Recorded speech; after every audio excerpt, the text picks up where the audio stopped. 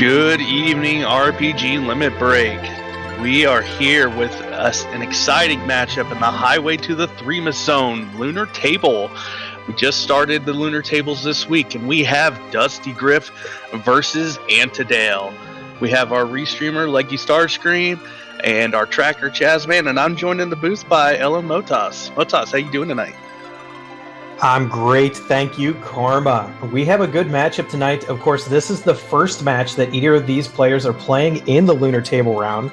dustygriff and antidale, both here through direct selection. They did not have to do any of the fanciness, so they've had plenty of time to practice the table flags.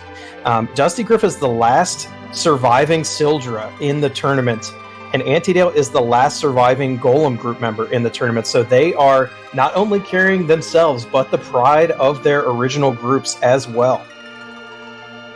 Yep, and they will be doing so with a spicy set of objectives tonight. As always, we have the Forge the Legend Sword with the Adamant, Cure the Fever with the Sand Ruby, Trade away the Rat Tail, and defeat the boss of Lower Babel. Now we have two objectives that require 2 key items, so that's going to mean a lot of key item checks early on. Yeah, we can still get lucky and see just with a pass and underground access, but it's going to require more checks, and more checks means more chance that something you need will be on the moon anyways. And we have a Palom start, which is, in my opinion, a pretty solid start. Palom can get powered up pretty easily, but one of the big differences between the group flags and the table flags is the perma-join flag. You want to explain a little bit about that? Yeah, so in the group stages, we had buy, meaning you could not go get characters that you had dismissed.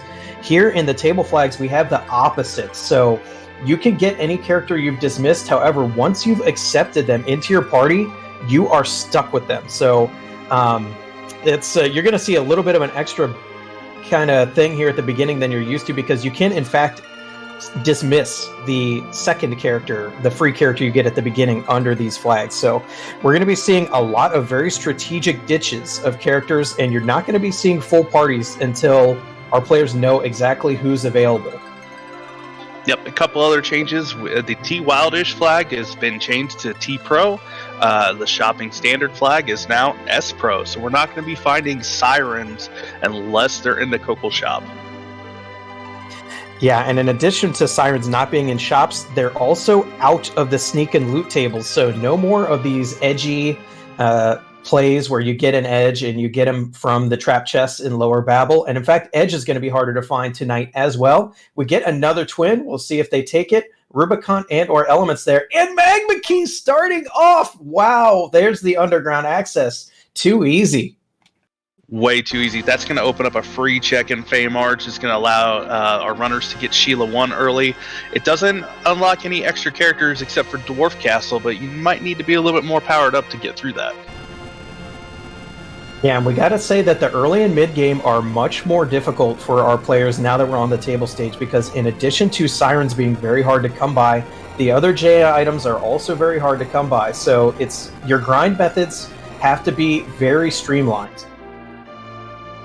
Yeah, and mentioning Dwarf Castle earlier, one of the flags that's not on, we do not have the warp glitch on, so you're not going to be seeing runners wait to do that Dwarf Castle check, because they want to see who that last character is, potentially, that's hanging out there, and they can't just skip the sealed cave. Yeah, and we can see right away different strategies. dustygriff going up to the watery pass, going to check the boss and potentially do some looting. Antidale, in the meantime, interested in seeing what's underground right away, going ahead and dropping that magma key. Yeah, I'm a fan of checking that watery pass. There's a character hanging out there, checking damn sand to get that character, loot the basement. You want to be able to just find out who your potential party could be.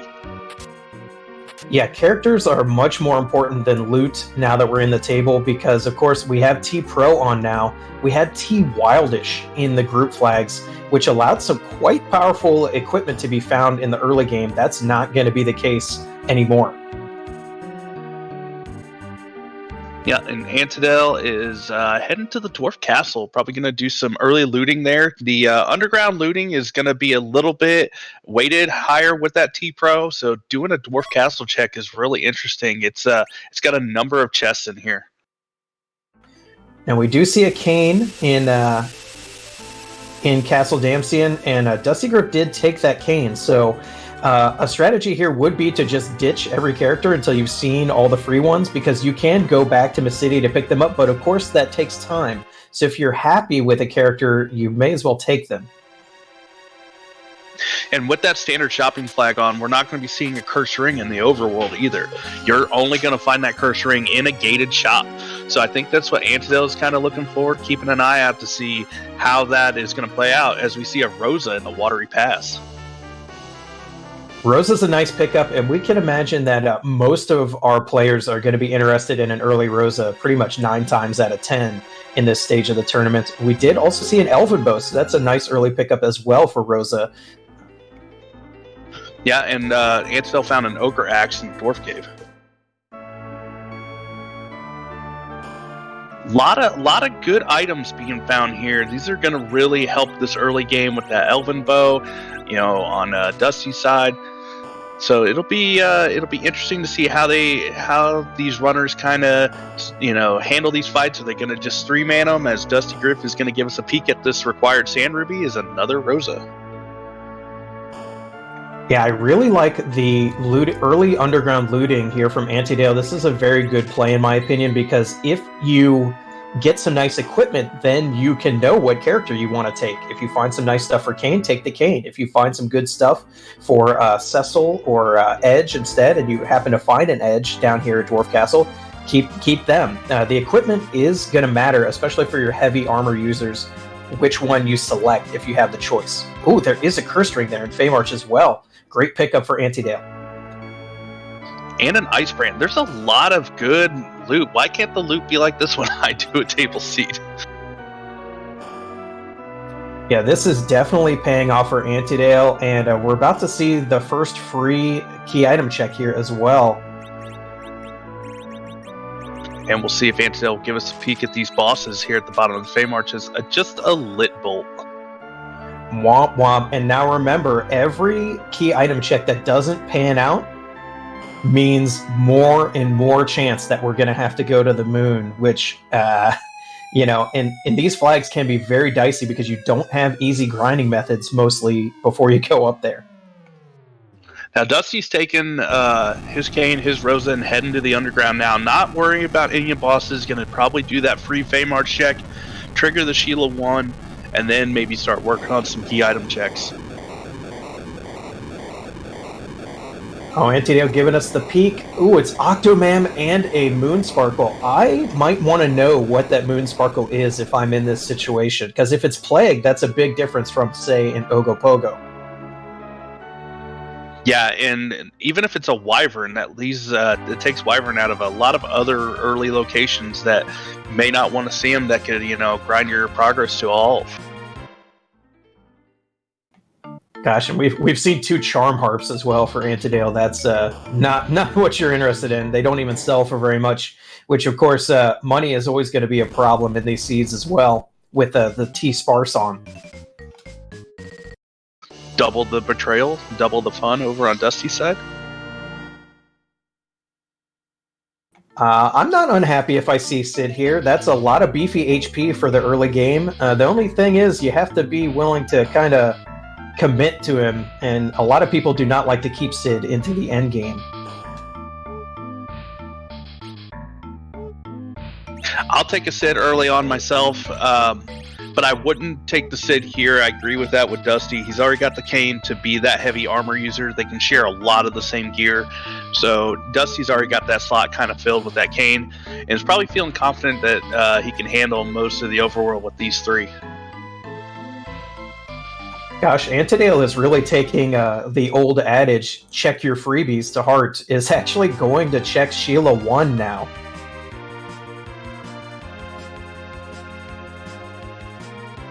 Oh, actually going to Watery Pass to check the character first, but did already go down to Sylph Cave for the first non-hit because we haven't found a pan yet. Yeah, we'll probably see our runners do a lot of the same checks here. Get these characters, get these free items out of the way, get some of the looting done. And then one of them, it'll probably be Antidale, probably be diving into the antline first.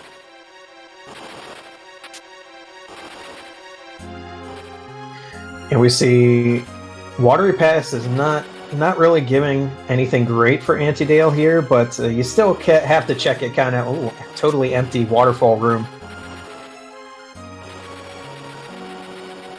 Yeah, we do still have the T60, the T-Spar 60 flag on, so 40% of the chests in the game are not open.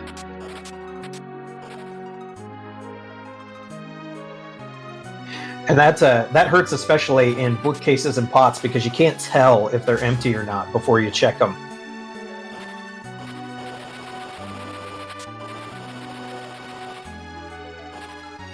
We got a question in chat from Chaos Lord 2.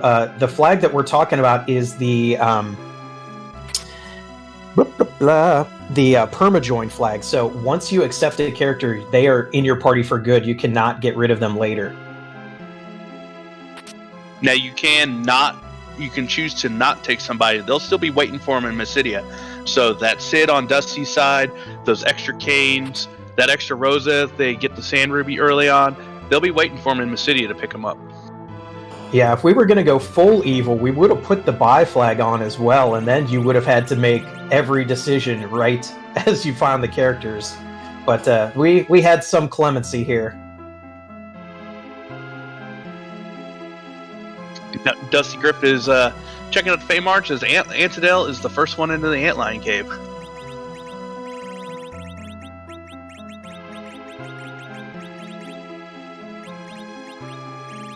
Ooh, with Tiara, that's a very nice pickup. Good magic defense on that, which is what we're worried about for our female party members for the final fight. Yep, and as expected, slapping that directly on Rosa probably will not remove that for the rest of the game unless we find a ribbon. Yeah, unfortunately doesn't raise her white magic stat, but still going to be great defense and going to allow Rosa to tank a lot of this overworld.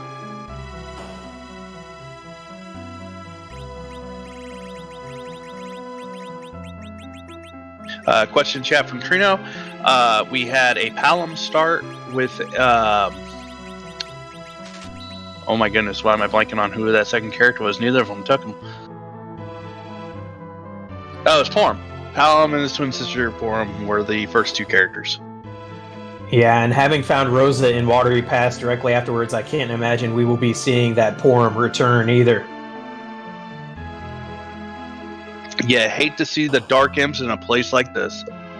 Yikes, only 333 HP each one. This is not where you wanted to find a free boss for sure. Now, coffins and hourglasses and the like are much harder to find on this flag set, but still, it's you would have liked to see this boss somewhere else with a little more HP.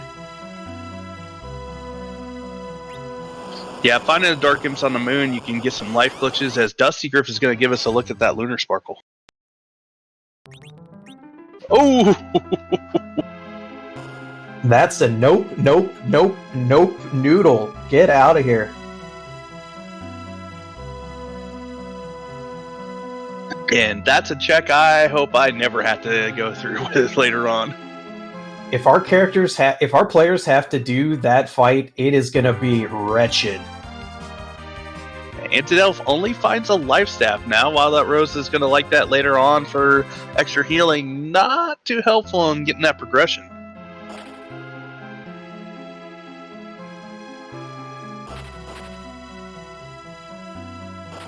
I mean, we still need, 4 key items between 2 objectives, the Forge and the Rat Tail trade. Then we need another key item with the Sand Ruby. Runners can run up and do Lower Babel, but I don't see any of them succeeding in that endeavor right now. Yeah, and it's really going to be a toss-up of which objectives get done. You would think, really, we're just waiting. Now, we have the underground access, so the boss of Lower Babel is available. We don't have the party power to defeat it right now, though. And is Dustygriff going to be a champion of the people? Meanwhile, Antidale showed us an Edward is in this seed on Mount Hobbs, guarded by a Baigan, but is not going to take that fight. I know we have a lot of Eddie fans out there. You don't go through Baigan to get him. Giving us the double check for that experimental psychologist on the job board.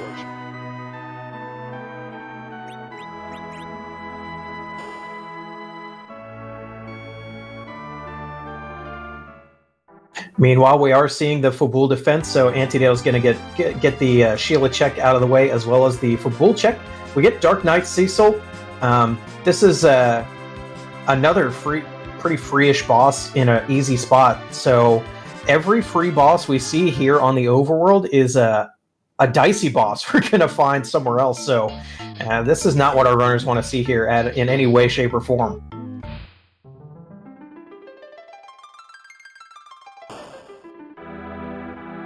Still hitting pretty hard. They don't call him the Pain Man for nothing, as Dustygriff is picking up that Sid. Yeah, has seen enough characters, decided he needs a little bit of security here for the early game, and is getting that HP sponge. Meanwhile, Antidale gets through, sees the Pain Manifesto, and we will get the key item from Fabul here.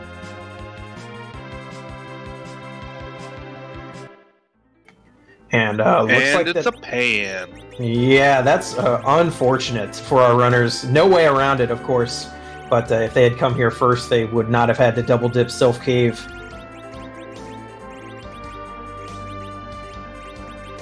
Try to limit as many trips as you can to Fabul, but the Seed said, no, you're coming back here at least twice and just going to give some ninja jammies. And then it's going to be all the way back down Sylph Cave to get the Sylph check and come back up here to get Sheila too.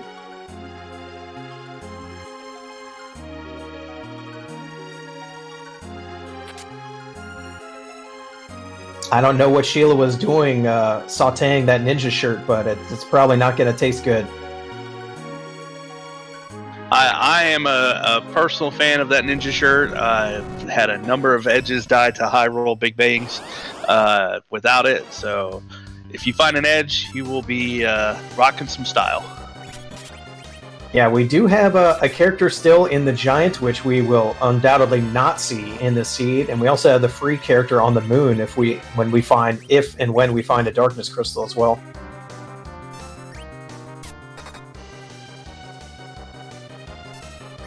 Looks like Antidale is making the trek back down to the Sylph Cave. Gonna complete that Sheila check. I've forgotten Sheila a number of times, so I do not hate this play at all. Yeah, and honestly, in this flag set, all your free stuff, I like getting it done first, because then you already know what tools you have to work with. You know what characters you have access to, and you know a lot of the treasure and key item checks that you have to do still.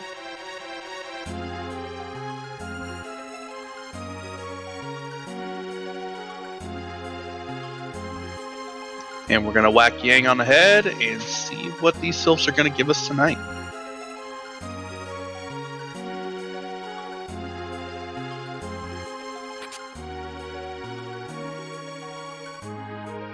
I mean, I don't hate a samurai hat, but gosh, 2 strikeouts now from this quest chain. I mean, we've checked, I want to say 5 key item locations and gotten how many key items? Yeah, we've only gotten 1, just that pan from the Fabul defense.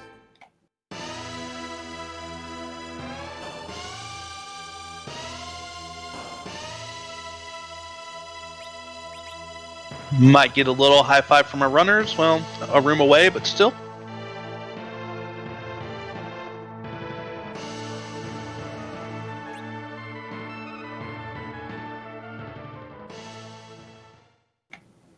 All right, we get the pan. Ooh, it is a legend sword, so this does pay off. That is half of one of the objectives. We need the adamant rock in order to turn that in and get a free Excalibur along with objective 1 completed.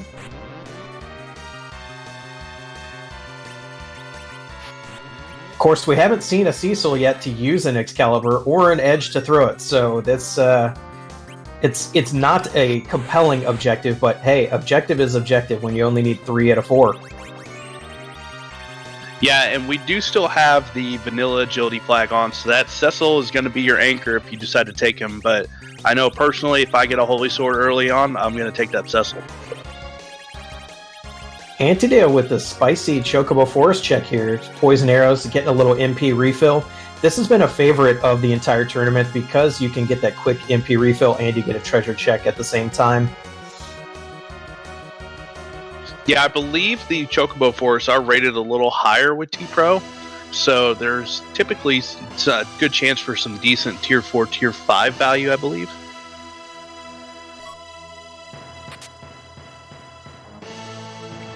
Dusty receiving that pan, getting the bad news. It's going to be that double dip. We see another Sid on Mount Ordeals. This is a lot of beefy physical power. We have a white mage access. We have a black mage access. So our players have the tools. You know, they're not maybe the best, but they've got what they need, at least, as far as characters go. Yeah, I've seen a number of people playing these flags as the Threemus is found in the Mylon and Friends spot on Mount Ordeals.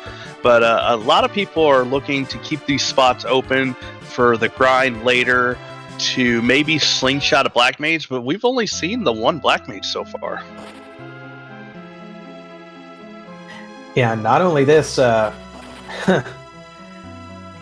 we are also missing Tella, so we don't have access to kind of, I would say, the more favorite of the experience grinds available, the D-Machine grind. You need weak for that, but in order to get weak on Palom, you already need a decent amount of levels on him, whereas Tella gets it just after beating Ordeals.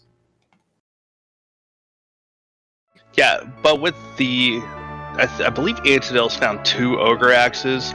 Could go grab one of those Sids and have a Cane and a Sid just chopping away on Mac Giants, or even 2 Sids.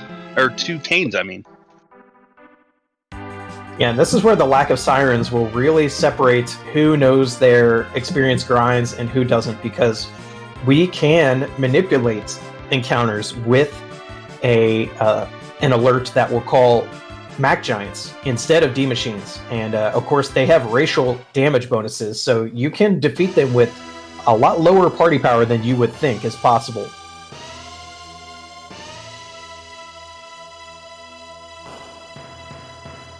Antidale made short work of that Mist Dragon as dustygriff is making the climb back to Sheila 2. Gonna be rewarded with that Legend Sword. And we can have a kick around the world. Yeah, there's still Overworld left. We have not seen a Baron Inn check yet, so there's a key item there. And then, of course, Underground still has Dwarf Castle and Keyless Tower still remaining that we can check as well. Karate here in the back attack spot, not a big deal, doesn't hit that hard. The kick looks funny. It gets me every time, I'm sorry. Around the world, around the world. Dustygriff is gonna forego Ordeals. It looks like maybe doing a Baron Inn check. Yeah, I mean, we still haven't seen if Ordeals is going to pay out for Antidale or not, so we'll see who makes the better play here. Antidale did have to fight 3 bosses in order to get this Ordeals check done. Yeah, the Demus, though, is up on Ordeals, so Dusty's gonna have to, if that Demus is getting something required, Dusty's gonna have to head up there at some point. We find Iridia. I don't know if she's going to be taken or not, and we do get Evil Wall as the first boss. That's good. Low HP spot means this boss, which usually can be kind of dicey depending on the positioning, is not going to be a threat at all. And just, we haven't seen a key item yet.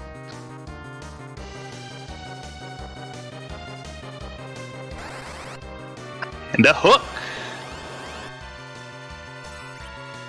Now, this hook is interesting because you might think, well, they already used the Magma Key, but the hook does enable access to Cave Eblana, and the turn-in for the rat tail, which is one of the objectives. So we were going to need that hook, maybe. And also the shop in Cave Evelyn is one of the gated ones. So there could be some good stuff there. I always say never skip Cave Evelyn shop. There's also a character check in Cave Evelyn as well if we're still looking for somebody special. Yeah, that can still have a vanilla Edge. Tella obviously can be there. Edge is the only character that can be behind a gate. We have access to two of those gated locations with the Evelyn Cave now and Dwarf Castle.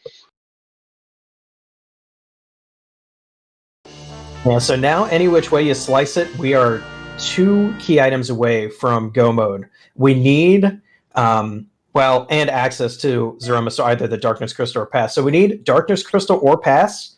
We need an Adamant or a Sand Ruby or a Rat Tail. We want any combination of 2 out of those 3. And dustygriff is rewarded with another Ogre Axe instead of another key item. Yeah, I'm just saying, we've seen 2 Sids and Kane, and they can all use Ogre Axes.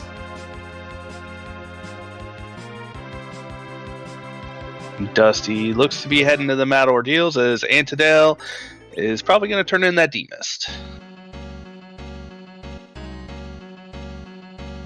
Yeah, this could really put Antidale up if there's something we need from this D-Mist check.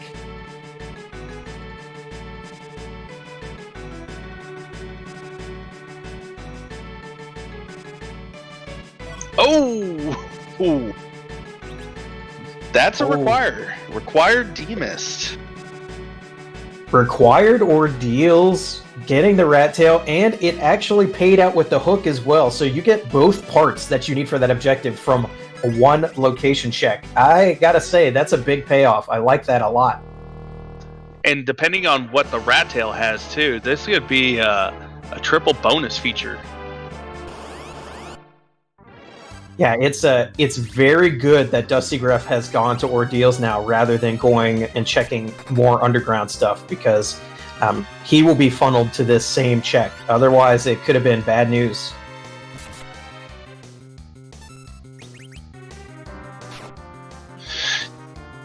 Yeah, when we're just a way to Zeromus away, we need a Sand Ruby still. That boss on Lower Babel, we're slowly getting stronger. I like to, if I have a Palom, whenever Palom gets quaked, that's when I typically feel like I'm confident enough to take on that boss up there. Yeah, if this rat tail gives Sand Ruby or Adamant Ore, I would be starting to panic if I'm one of these runners, because I need a way to grind, and I need it to get some checks to get to the moon extremely quickly. Unfortunately, it's just a defense sword, so no need to panic quite yet. It is arguably Kane's best weapon, though. That feeling when you're a Dragoon, but your best weapon isn't a spear. Rip.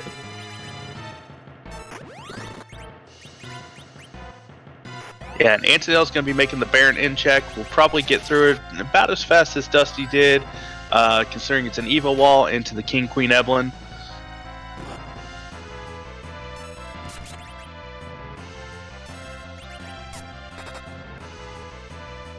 Yeah, so this is just retracing, and basically our players are... You can see they're very hesitant to do any more underground checks, and I don't blame them. They have not gathered a lot of EXP yet, so any of the remaining checks underground are going to be pretty dicey right now. Yeah, it'll be really interesting, because after these checks for these runners, their choice is Fey March, which I wouldn't be touching those bosses with these parties. Top of the Tower, Dwarf Castle.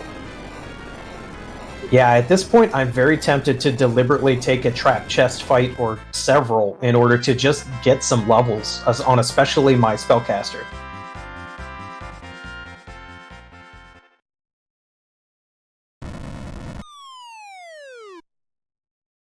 Antidale getting the news of the free fight in the Baron Inn, as dustygriff is going to be heading in to get his hook.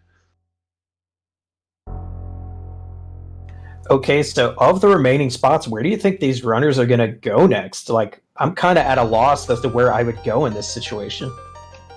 I think it's Dwarf Castle. The first boss only has 8,000 health. You got a defense sword Kane who can start hitting for about 1,000. If you can get through that fight, that's 20k as long as it's not split with with something like a Calbrena or Luge. I think that's probably the safest bet because that second fight's only got about 3,000 health. They could always go grind in the Evelyn Cave and Evelyn Castle. Those trap chests are really easy at these levels. Yeah, a lot of players like to have hourglasses to do those, but of course we don't have easy access to hourglasses. They do have the party power to do it, but it will be more of a slog than they're used to, for sure. Now, Antidale's Cane is going to be really nicely geared between that defense sword, the samurai armor just picked up, and I believe he might have his cane in the back row. I think he may have picked up a dwarf axe somewhere,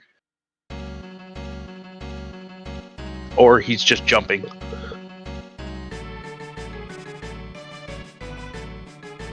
I think I did see a dwarf axe, but with so many ogre axes hanging around, it's hard to say.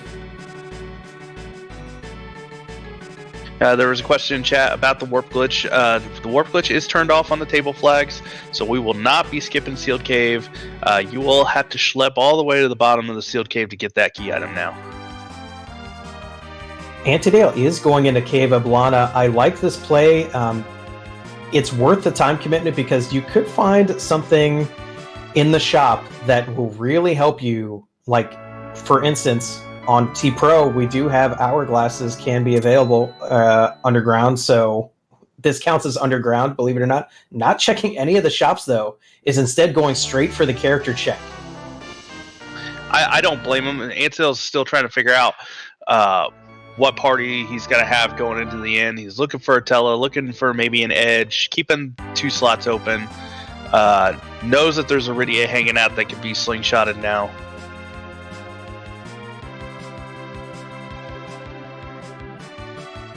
And just a bard.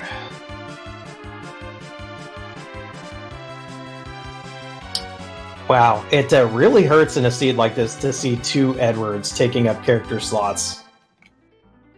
Yeah, the spoon flag is not on. So while Eddie has a place with a number of strategies, it is hard to take an Edward in the middle of the game versus taking him at the end of the game when you may be thinking Eddie strats are the way to go. And Antidale did show us there are illusions in the shop, and Antidale did buy a stack of 8 or 9. It wasn't the full 10 stack, didn't have the money, but that's a good pickup, especially for physical bosses like the ones we saw in the King and Queen of the Underworld spots. Yeah, those illusions are going to pay huge dividends for Antidale later on. That it's going to make that Octomammoth fight almost a free fight. It'll just need the damage to get that huge chunk of HP down.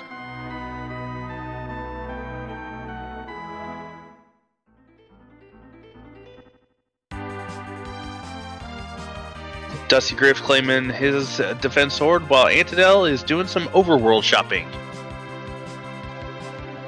Grabs 1 Thor Rage, always handy just in case.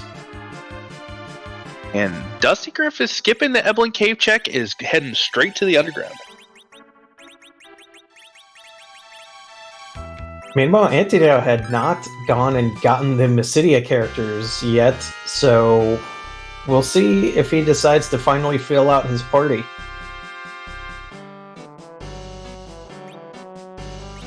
Not yet. Dismissing both the second Kane and the Cid for now. Yeah, I've watched a few people running table flags. It is not uncommon to see 3-man parties through the majority of the seed, as dustygriff is greeted with a Baron Guard fight. See, now this is where you want to see a free fight, where you've exhausted your possibilities. You kind of have to go to a spot that your party is a little underpowered for, and boom, there you go. You get a great, easy fight, physical attacks only, very easily cheesable. It's great. And chat, correct me, is Kaipo guards.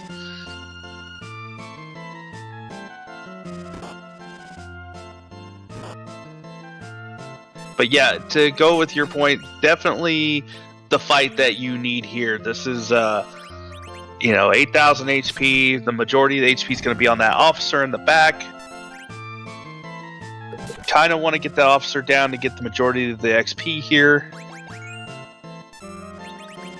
And Antidale is right on Dusty's heels in the same fight now, and we've reached key item parity. They're both making the same check. It's all going to come down to execution in these two fights. Who's going to pull ahead?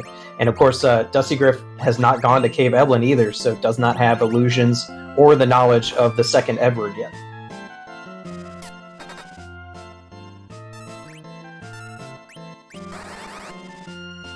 And Dusty's trying to get as much XP out of this fight as he can. Gets the stop on the officer. Got life glitches on the first two soldiers.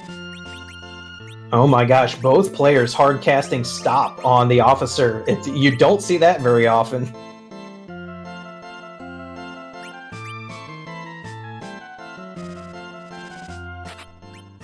Oh, and Dusty is going to let this officer run away.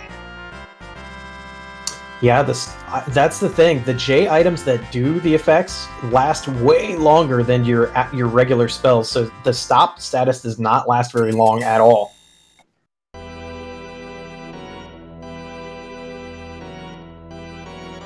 We see Virus on Palom now. This is excellent. Non-elemental damage. There's no enemies that we're going to fight that resist it. And there's a ninja with a French vanilla Calbrenna, too.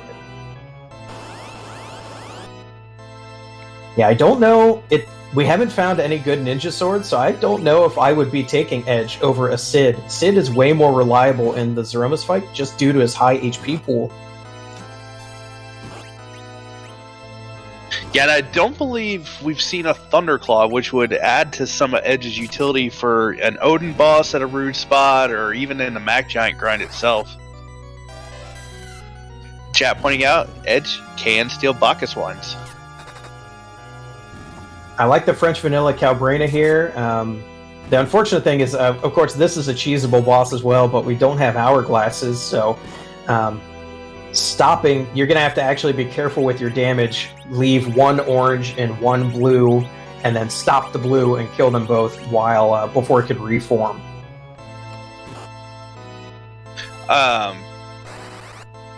No sirens. Question chat. Sirens cannot be stolen on this flag set.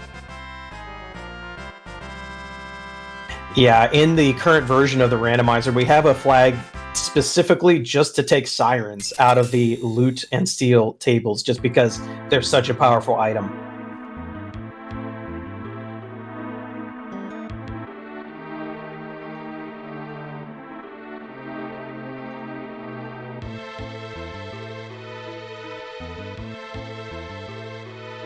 Barabbas the Brown is pointing out, sirens, the only place you can find them in the shop is in the Coco shop.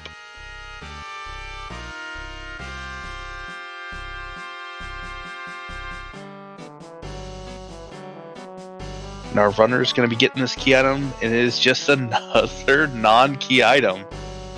Oh, this is so bad. We only need one more key item to get the objectives, but we also need moon access, so we're running out of spots, and it's becoming more and more likely that the only key item remaining that's accessible will be the moon access, and everything else will be up there on the super dangerous moon. Yeah, so presented with these choices, both runners head into the tower. I would agree with this. Even although Antidale probably could get through that Octomammoth fight with the illusions, it would probably take him a little bit of time. Yeah, and a little bit of luck that he doesn't get sniped off before he can go, because that spot is quite fast, and the opening rounds of Octomammoth are also extremely fast until you hit it a bunch of times. So it's entirely possible you just get a whole party wipe before you can get illusions off. So Keyless Tower is definitely the way to go here. Both of these players making an excellent decision, because those bosses in the Fame Arc are extremely scary at their current levels. Yeah, dustygriff is throwing the curse ring on the Sid now. These runners are now neck and neck, going up this tower, skipping all the chests.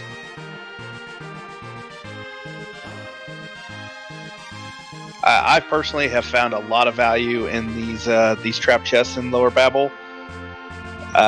If you're thinking, but with the loot that we found so far, I can understand why they're skipping them. Yeah, at this point, basically Rune Axe is the only other thing we would maybe be looking for Sid. We got the defense sword for Kane, so really a little bit of armor is maybe the only things we'd be looking to pick up now, because Rosa's got that life staff. I like skipping the loot in this case because, you know, every win is going to count here, and both of these players have quite a few tough opponents coming up in this round as well.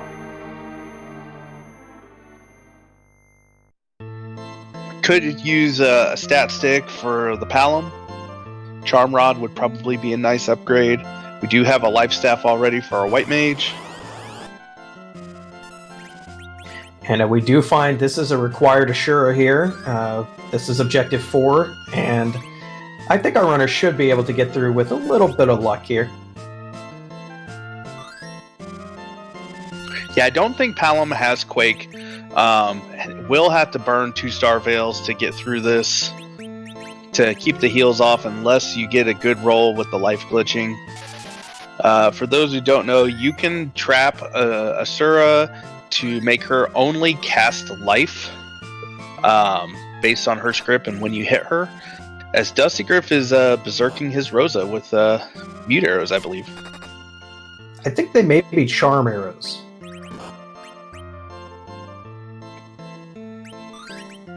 I didn't see exactly, but yeah, they're doing quite a lot of work. Does have an Elven Bow, so the Elven Bow, Asura is a mage type, so the Elven Bow does 4 times damage. Yeah, it's crazy to see. We do get the double Star Veil. We get some manual casted viruses here on Antidale side. Both of these players really handling this Ashura quite well.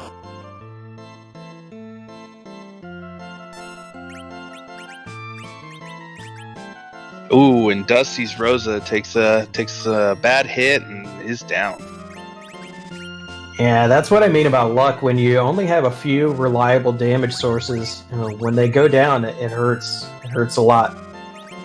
Dusty did get the refresh on that wall, though. Still had wall on the kid. Was able to bounce another one back over there. While we are getting through this Ashura fight, let's see what our players have on the line here. dustygriff still has to face during this round Locke, Xenocat, Zilch, Mecha, and Dia, so quite scary. Antidale is also looking at a scary lineup, facing Pankraz, PK, a Stone Dingley, Frostbite, and McBain. I don't believe we have a single bad matchup in this, this play on the table. Each runner is going to have to play 6 times, 6 opponents, and every group has a lot of must-see matches, in my opinion. Yeah, and what we're fighting for here is for our players to get into the actual brackets, the 16. So that's where it's really, really going to heat up. I mean, it's already heated up, but Antidale actually gets through first here. Yeah, as the tournament started with 117 players, these 2 runners are in the top 32.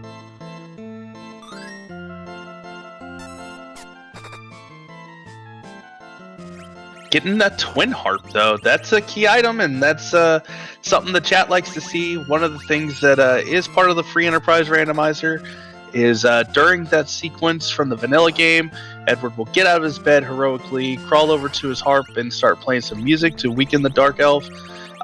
We like to randomize things on free enterprise, so that music that Eddie plays, it is randomized with some harp music from other RPGs and some pop culture. So it is always a treat to see what gets played. Yeah, and I can almost guarantee we're going to see it, because both of our runners are going to prefer to go down Cave Magnus and sit through the cutscene before they try their hand at the only other remaining stuff, which is those Fame Arch bosses.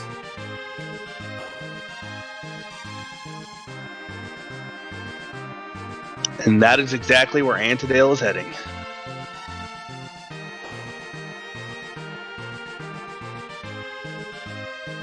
dustygriff also through the fight, making his way back down the tower. While we are waiting for these two runners to get through to the next spot, please make sure you give them a follow. They are putting on a fantastic show for us here tonight. They've been doing a lot of hard work to get to this point in the tournament.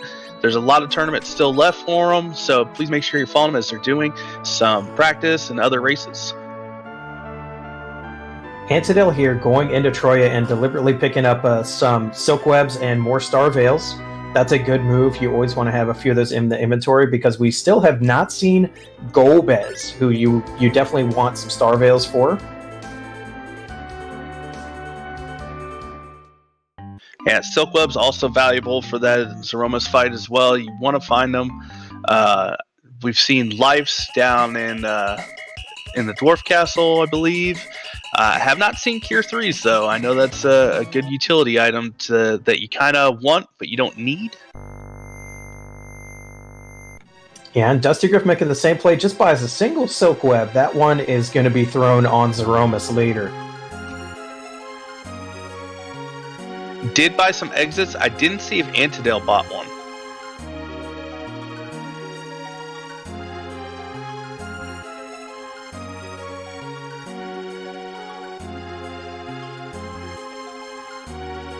And neither one of our runners checked the Choco, but it's unfortunate. You hate to see it when people just want to try and win a race instead of loot treasure.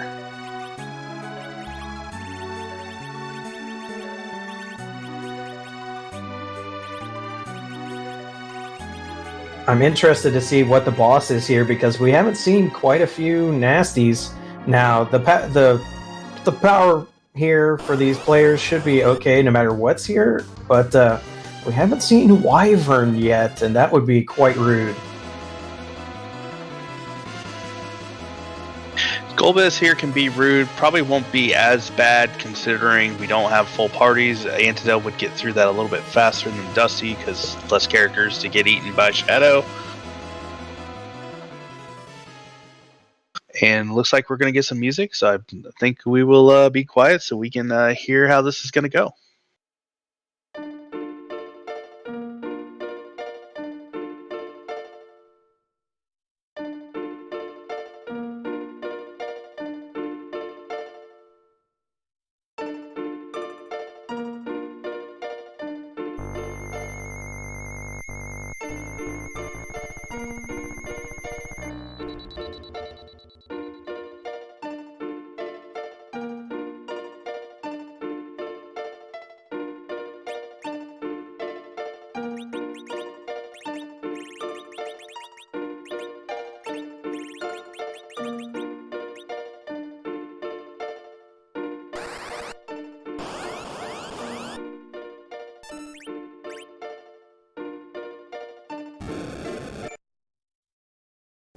That is, of course, the trials, the Faith Trials from Final Fantasy X. Really great rendition. And Antidale does find a Wyvern there. I'm so sorry, runners. That's a commentator's curse for sure. Oh, this is really unfortunate. So your choice is a Wyvern down at the bottom of Cave Magnus or some painful bosses in the Fey March in the form of Octomam and Ogopogo. Of course, one of our runners did not check the Sparkle. Antidale did not check which moon boss it was, so does not know that it's Ogopogo and may, depending on how this next Wyvern goes, may go and check that. Yeah, dustygriff did have the Curse Ring still on Sid, so was able to get the Star Veil up to keep his Palom up.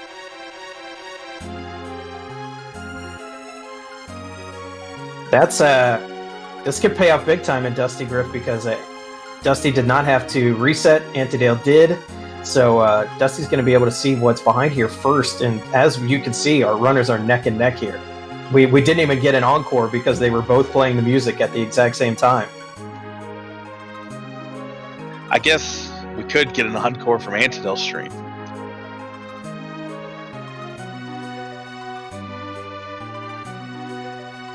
As Dusty is gonna be first one through this wyvern, Antidale gonna take the safety save. Rewarded with the vanilla earth crystal.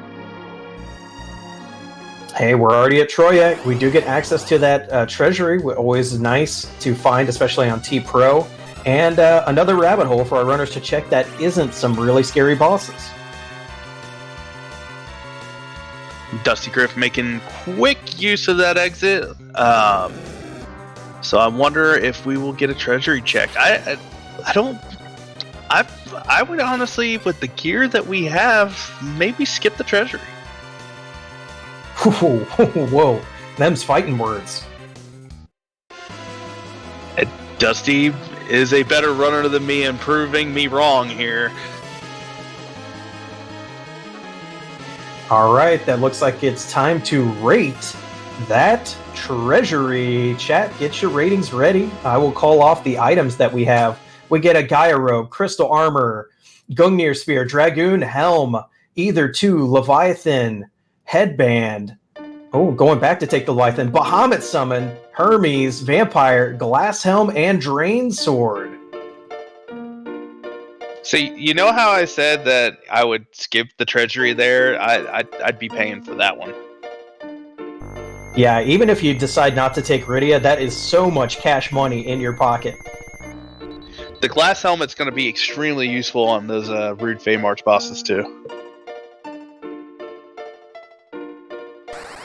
And we did get some nice pickups for Kain as well. Like, we already have the defense sword, but some of the armor is definitely nice for Kain. Antidale getting some run buffering, gets the Star Veil up.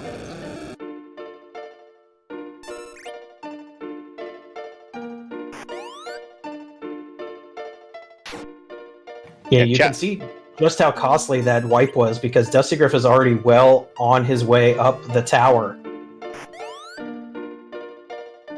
Yeah, and chat pointing out, we do have a radio waiting for us in Mysidia that could use those summons. Probably going to get slingshotted with one of the mechanics in Free Enterprise. Once our runners get 10 key items, they get double experience points from the fights. Any source of fight, boss fight, random encounter, whatever. And then if a character is lower than 5 levels from the middle character's levels, they get another double experience. So a level 1 Rydia could be level 50 in one fight if done correctly. Yeah, especially if that fight is the Mac Giants, which, as we've stated, we have Ogre Axes for days, so that might be the method our players have to go if they can ever manage to find a Darkness Crystal. Oh, and it's Plague. That's the easiest of the lunar bosses here in a spot that you would have liked to see a harder boss, I think. Yeah, Plague here can be a little rude. It's kind of fast, as we see Dusty is getting the berserks up. Plague can be cheese in a number of ways. You can reflect his count back onto him, which would put him into a loop. If you have enough, if your agility is set correctly, you can berserk your characters and that count will never hit 0. Meanwhile, Antidale going your route and does not check the treasury at all, which I think could pay off. It was a pretty good treasury, but just by skipping it, he is almost able to catch up from that wipe. I think Antidale may be feeling like, I'm playing another really good runner, taking that wipe on Wyverns, probably thinking, I need to, cut some corners. I'm probably okay with the gear I have.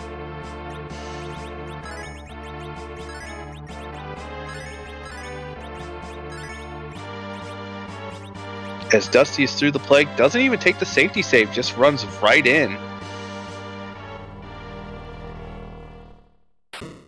Yeah, I mean, we've seen, now that we know Wyverns out of the way, we've pretty much seen the bosses that would cause you to reset here, so I like this play. Anything that can save time. Seeing the Moonsparkle would have been a worry for a bit until you see the Plague. Yeah, for Antidale, it doesn't know that Ogopogo's down there, so the only other option it could have been is D-Lunars, as there's 2 Porums in the top of Zot. So I hear you like to send 5-year-olds into battle.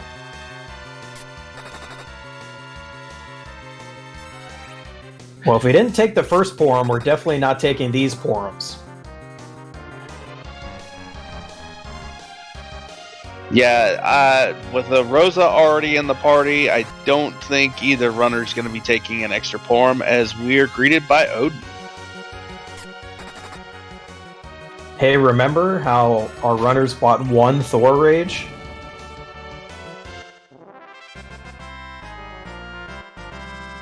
You only got to hop a few, Sansatsukins, right?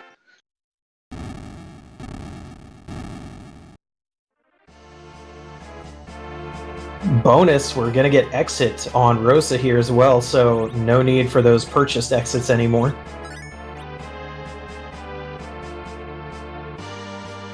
Berserk now pointing out in chat that sending 5-year-olds into battle does in fact violate the Geneva Convention. Oh, I know there's a Twitter account that where you can ask if a game violates the Geneva Conventions, and I don't want to see the response for this game because it's quite a bit.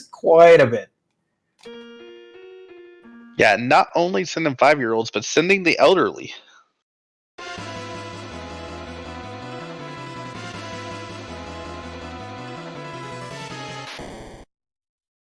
dustygriff is through Odin, gonna sit through this cutscene, get teleported back to Baron, and be hopefully rewarded with a key item and not another non-key item. Oh, it's time for that tower double dip. Wow. The chain has been completed.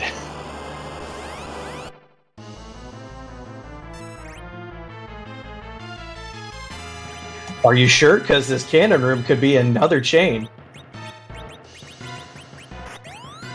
I was thinking just going up the tower to get the twin harp to do the 2 checks in Troya to come back to the tower.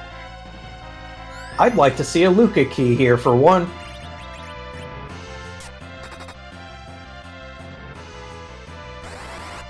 Come on, chat, say it with me. Luca key. Luca key. Luca key. You only get 1 commentator's curse per run. That being said, Luca key. Luca key. Hey, we had Final Fantasy X music for the harp. That gives us an extra Luca, okay? Let's make the goers goners. Chat pointing out Baron key to Luca key, also an acceptable chain of events. Ooh, forgot about that. And Baron's a double check as well because of the Odin spot.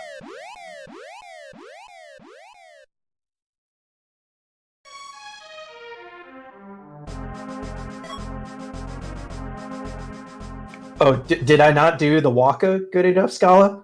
We're gonna make the goers goners. I'm sorry. I'm so sorry.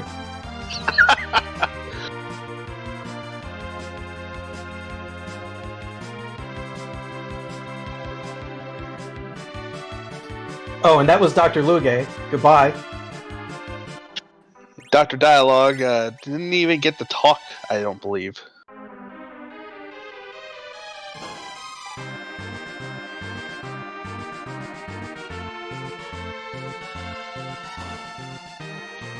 Foiling Dr. Cutscene's plans.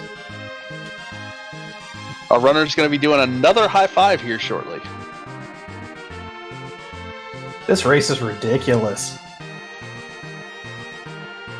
Ridiculously good, you mean? Our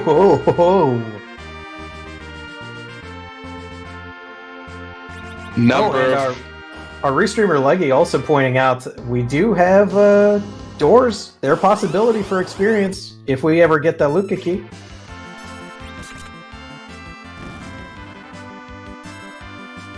Only sitting at 8 key items, though.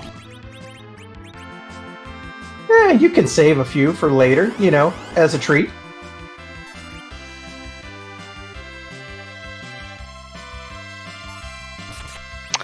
There's our moon axis. Oh, now you gotta decide. Do I want to face those hard Fey March bosses and hope one of my objective items is there? Or do I want to go face the hard moon bosses and see if the objectives is there? Or do I want to do a Mach Giant grind without 10 key items? there's a lot of bad choices here, is what I'm saying. There's no good choices.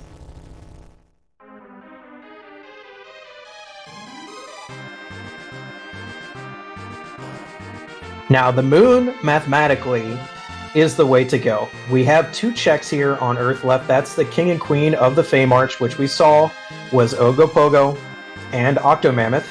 On the moon, however, we have 7 key items there in the lunar subterrane, plus Cave Bahamut, so it's quite a lot of checks.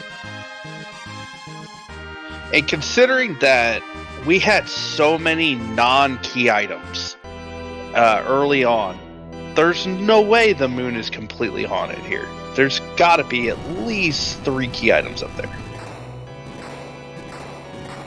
Yeah, we've seen so many key items that haven't paid out. And honestly, a lot of the easy bosses too. Really, Baron guards are the only quote-unquote free boss remaining, if I'm doing my math correctly here. Oh, we have not seen the water hag yet. I don't know, Moon Water Hag.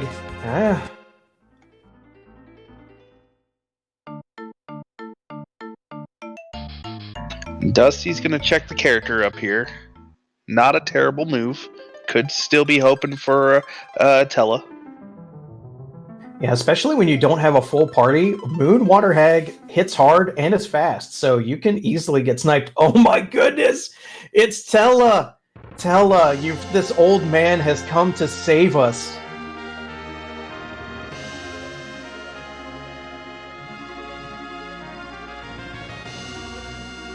Yeah, no surprise, Dusty taking the old man here. This is exactly who we wanted to see in the final character spot. He has weak.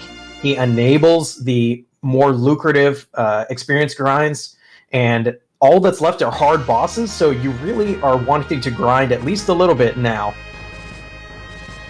Yeah, Dusty's gonna dive into Cape Bahamut. This is a quick check, hoping to get that 10th key item.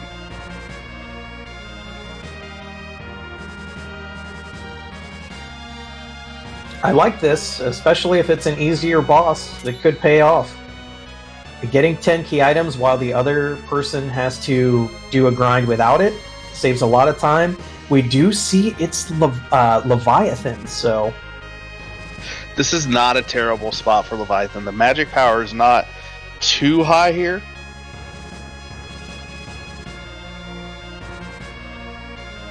Yeah, the spot's not super fast. We have,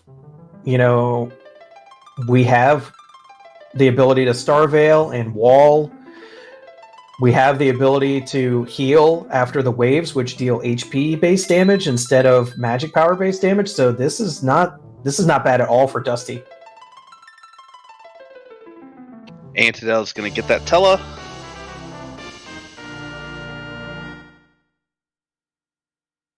Yeah, I gotta expect Antidale is taking, yeah. Yeah. Yeah, if you haven't been watching the Highway to the Threemus Zone, we have Fusoya banned for this tournament, for the entirety of the tournament, including these table rounds in the playoffs coming up.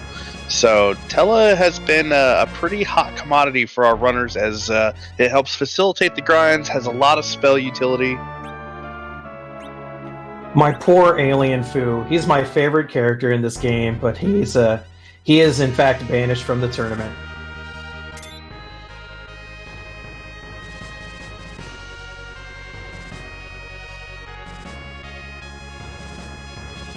And we have been carrying a Soma drop around since the beginning of the game as well, which enables, if you feed it to Tella, he can cast one more weak spell, which actually saves you quite a bit of time. Question chat. Kane is rocking a defense sword for both runners. That was the reward from the rat tail.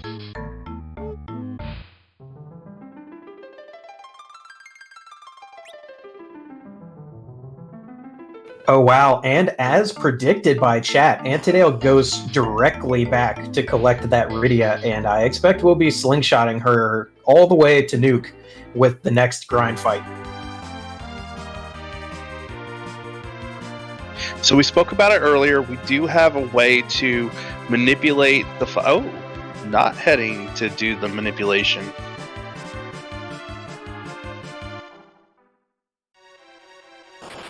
Antidale bought those 10 illusions, and now with Atella in tow is probably going to go take that Octomammoth.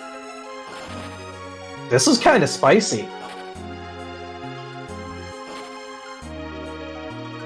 I can't fault it, because if you think you can take them and you have the shot to get that 10th key item, because like Antidale is ready to grind now. Just needs a 10th key item to really clinch the fact that it's time to do it. Yeah, the difference in time to do a D machine grind with 9 items and 10 key items is huge. Yeah, we'll see how quick Antidale resets out of Ogopogo when he checks it, or if he just does Octomammoth that doesn't even check the Lunar Sparkle. As dustygriff is through that Leviathan, let's see if he's rewarded with his 10th key item.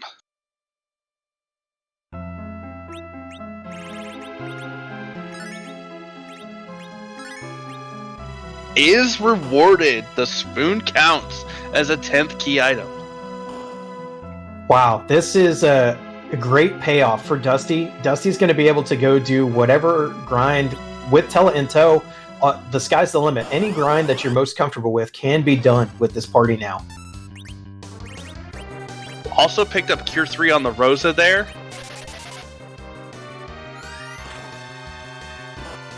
That's going to really help if Dusty decides to do a D machine to really keep the party topped up through those flames. That's for sure. And Antidale's Cane actually survived a hit from this Octomammoth and has got the blink up. So we're going to see just how long. Once the hits start flowing, Octomammoth slows down by quite a bit. So now that we're through the opening rounds, I think Antidale has got this in the bag. Yeah, Octomammoth, after 3 hits, loses a tentacle, and then loses a tentacle every 2 hits, in which each tentacle gone loses some agility. Not only that, his position in the ATB is reset every tentacle. So you can really, if you keep it rolling, you can really get... And there's a Silk Web as well. Antidale is taking no chances here. Dustygriff is setting up the D machine manipulation. I assume it's D machine. I could be wrong. Maybe he's going Mac Giant.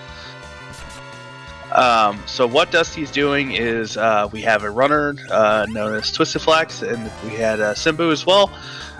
Worked together and came up with this manipulation. You do a fight outside of Baron, and depending on how many steps from when you reset to that fight, there's a chart that you can follow that will tell you when the next when your D machine or Mac Giant fight is, and all you have to do after that is get to the room that the chart says to go to. Yeah, and to be clear, we have Don't Run on, which is why our players are doing this rather than the more traditional D machine setup that you're used to, where you just go to the giant and just take steps until you get it.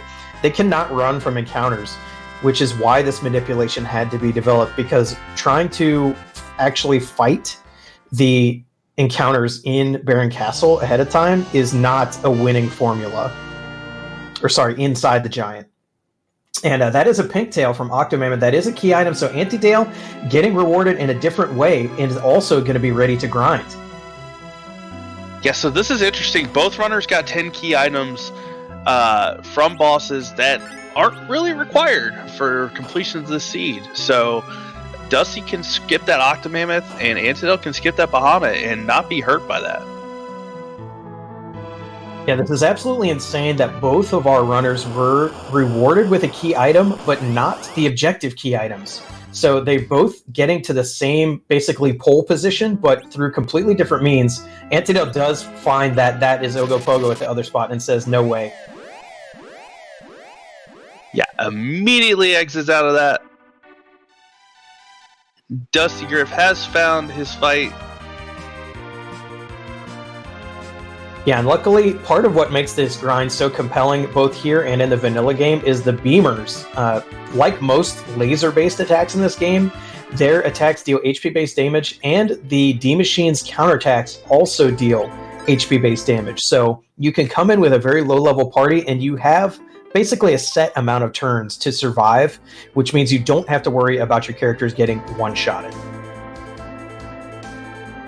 And Antidale is setting up his manipulation. So while we are getting the D-Machine grind going for both characters, do give a shout out to both of these runners. This has been a phenomenal race to get us going. We had our first table flag race last night at midnight, and we've had, I believe this is just the second total. Yeah, and we're about to see the reason why Tela was so important. Basically, D-Machines have a lot of HP and they counterattack. So you want to weak with Tela, and then before the D-Machine can do anything else, immediately attack with another character to dispatch it. And hopefully life glitch with another character, which is basically enemies are programmed with no vitality stat in this game. So when you bring them back to life, they basically come back to life with 0 HP because that's what the game checks to see how much health to bring them back with. So you get, it dies again immediately, and you get credit for 2 kills instead of just 1. And if you can time it right, you can actually get 2 life potions off, and then it is counted as 3 kills.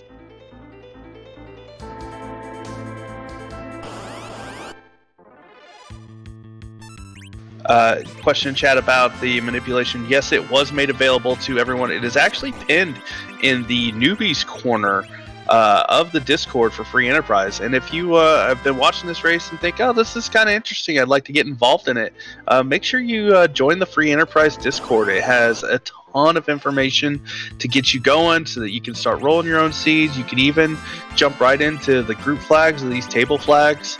And the Discord has a lot of helpful players who will answer any question that you have about the game, and as well as a link to a number of guides to get you going.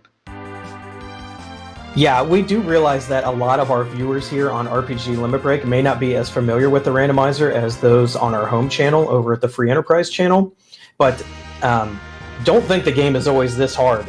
These are some of the best runners in the community, and they've fought through 2 phases of the tournament to get here to these very difficult flags.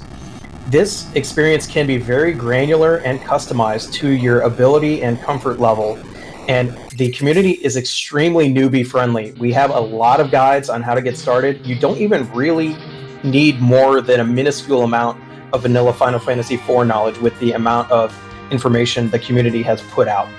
It's very nice to newbies, and you can start with very forgiving flags that would give you a lot more tools that these players don't have.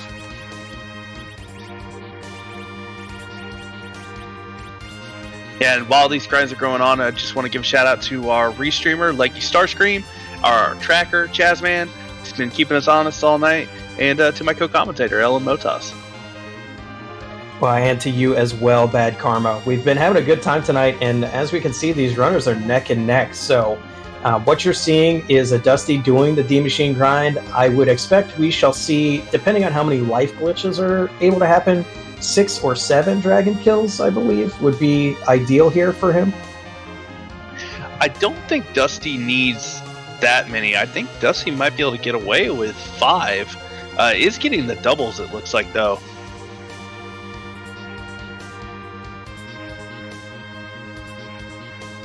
Yeah, is now weakening the Searcher, which means that's a signal that this fight is ready to be completed.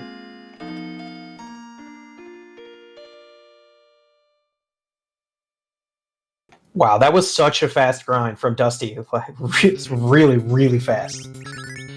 Yeah, chat pointing out Dusty just needs 3 to get that Rydia all the way to nuke and Palm as well. Yeah, for me, there's 2 things I'm looking for here. Does my Rydia have nuke, and can my Rosa survive an unnerfed Big Bang? And wow, that's a 2,500 health on that Rosa, so she is safe from even the highest roll Big Bang with that, especially with that TR, which I'm sure is still on her. Yeah, so now the question becomes, do you do those 2 Fey March bosses first, or do you just start doing the moon? Oof.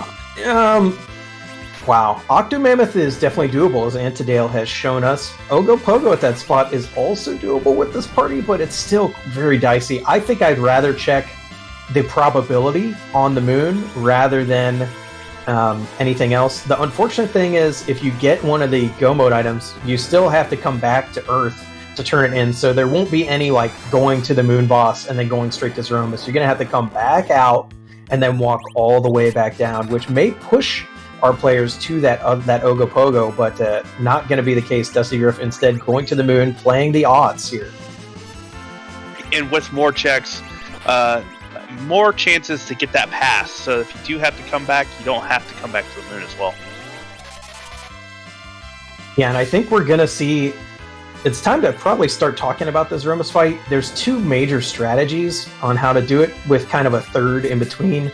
You're either going to go physical with Berserkers and Bacchus Wines if you can find them, or you're going to do reflect strats where you bounce spells off of your own party to avoid counter nukes from Zeromus, and also to avoid his HP refill, which does not trigger on reflected spells. We do not have Bacchus Wines, and Antidale only has Kane as a physical attacker, so Antidale is most certainly going for reflect strats here, meaning he needs nuke on his black mages and white on his white mages.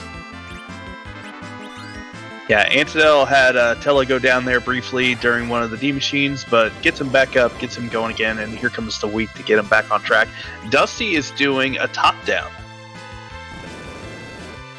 Yeah, when you only need one key item out of a potential two, top-down becomes a little more, I should say, compelling. Usually, if we needed more than one key item still, you would see players go down to the bottom first, because the Ribbon Room has a 2-for-1 check. So you can get 3 key items for 2 bosses, basically, down there at the bottom.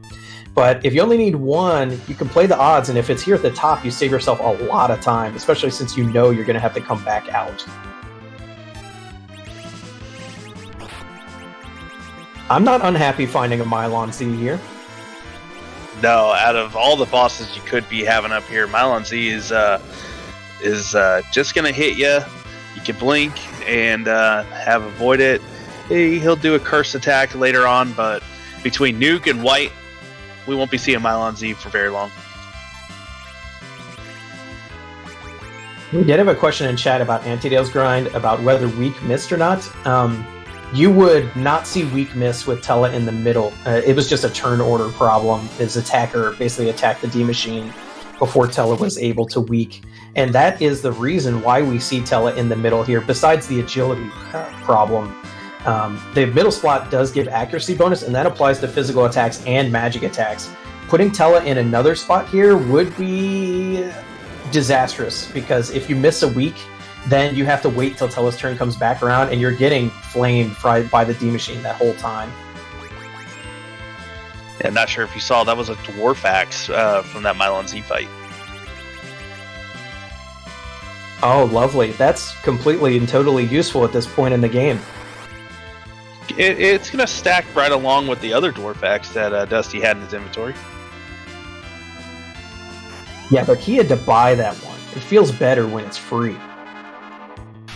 It came from a shiny. Antidale is through his grind. Looks like that was 760,000 XP, so Rydia is going to get double that.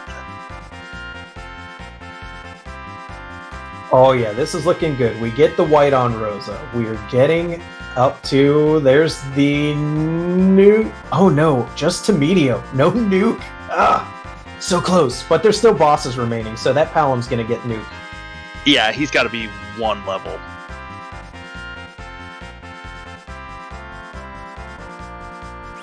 Yep. Yeah, that's fine. Antidale knows these moon bosses are remaining, so did not have to get all the way to nuke in that fight.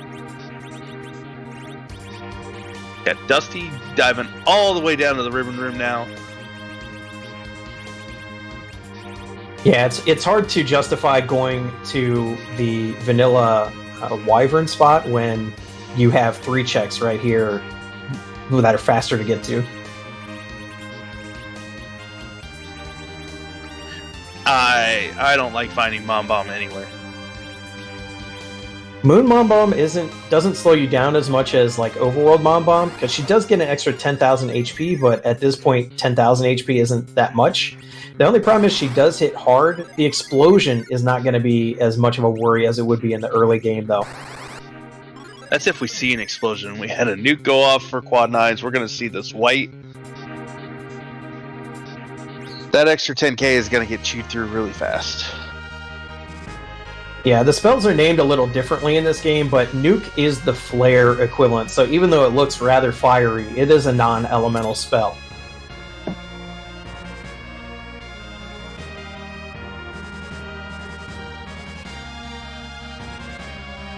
And Antidale not going to bother with that Ogopogo either, heading right for the moon. Yeah, we'll see if Antidale goes bottom up and skips that top boss spots. Oh, gonna go check Cave Bahamut.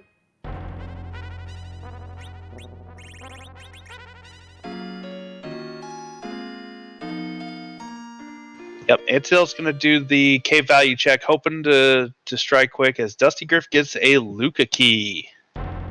Oh my goodness. Well, the only problem with the Luca key is that we we have two potential items that can get us there, so we don't... There's no way, unless one of them is behind Ogopogo and one of them is in Sealed Cave, that we're going to see that Sealed Cave. Yeah, it could be, the earlier chain we talked about of Luca to Baron. And Antidale just fought in a Moon Overworld random encounter. There's the nuke on Palin.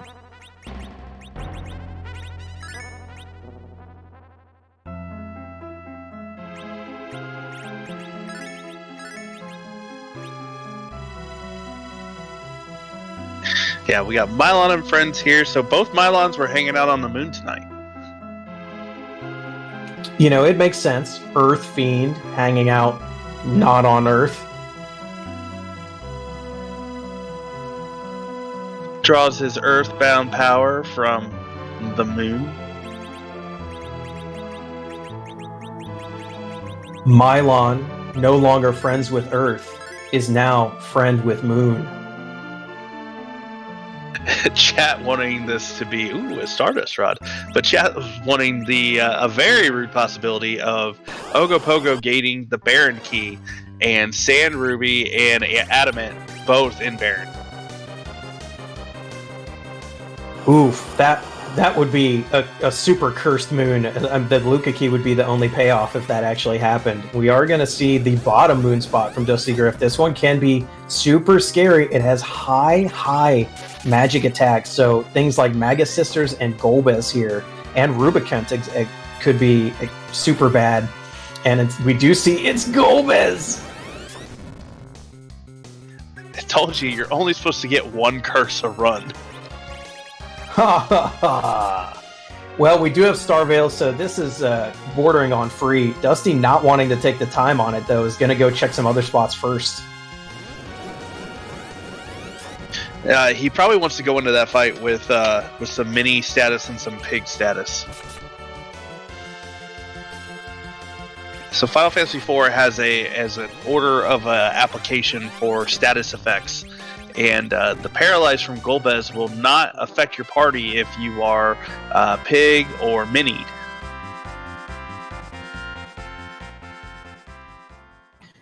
Yeah, so the battle system in this game is well designed. You can tell it's an early Super Nintendo game.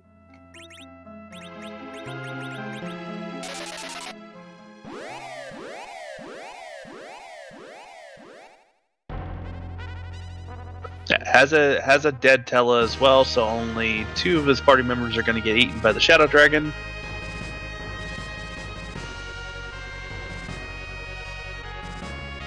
Antidale is through that Leviathan fight. It is going to be diving deeper into the moon now.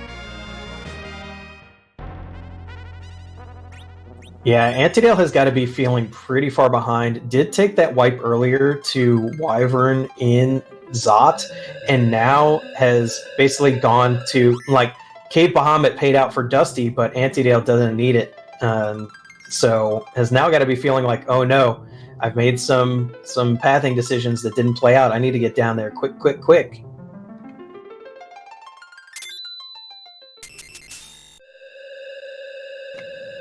These tiny party members not making a good meal, but we are going to get some star veils off, so dustygriff will be getting through the Golbez fight. It's just going to take a little bit of time here. And this is where the magic power of this spot works against him, because you're seeing almost quad 9s there from his own lit 3. Yeah, unfortunately, because of the way Final Fantasy IV is programmed, reflected spells cannot trigger scripted effects. So when Golbez dies, it's a scripted encounter. Dusty still has to do some damage to Golbez from his own party.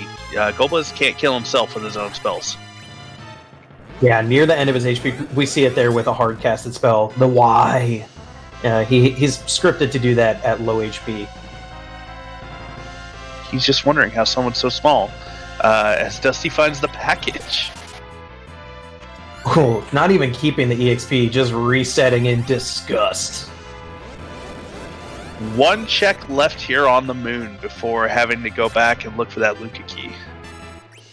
If this last check doesn't pay off, it will be the best thing ever.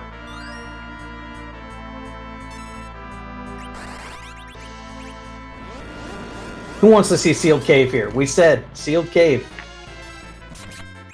Question chat, where's the Mist Dragon? Mist Dragon was on Mato Deals in the Mylon and Friends spot.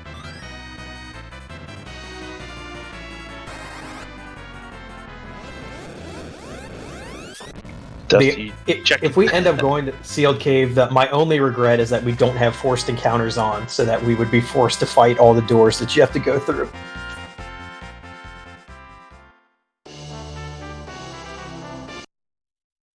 This is fine. Yeah, Pale Dim, Pale Dim's whatever. It's slow. No pun intended. It casts slow on you.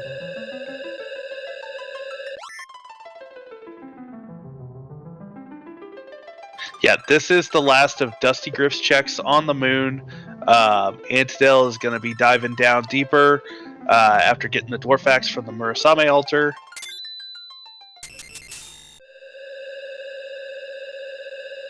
Yeah, Pale Dim is fine as long as you remember not to use elemental magic spells, the main 3 elemental magic spells on him where he has some nasty counters. Yeah, chat pointing out if Antidale goes, if there's value here, the Antidale goes there as part of the top down.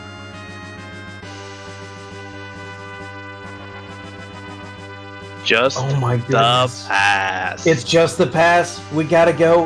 We gotta go to Ogopogo or Sealed Cave, y'all. It's happening. Oh my goodness. I would expect Dusty is probably gonna dive Sealed Cave first. Hey, the only good thing is now they don't have to walk all the way down the lunar subterranean again, because they are Zeromus ready right now, both players. So with the pass in hand, they don't have to go. The unfortunate thing is Antidale's going to have to check this whole moon as well in order to find this out. Yeah, unfortunately, I think unless something horrendous happens, I think this is Dusty's race to lose. And chat, I just want to point out that the only key items we haven't seen yet are our Go Mode items and the Baron Key. We literally have seen everything else.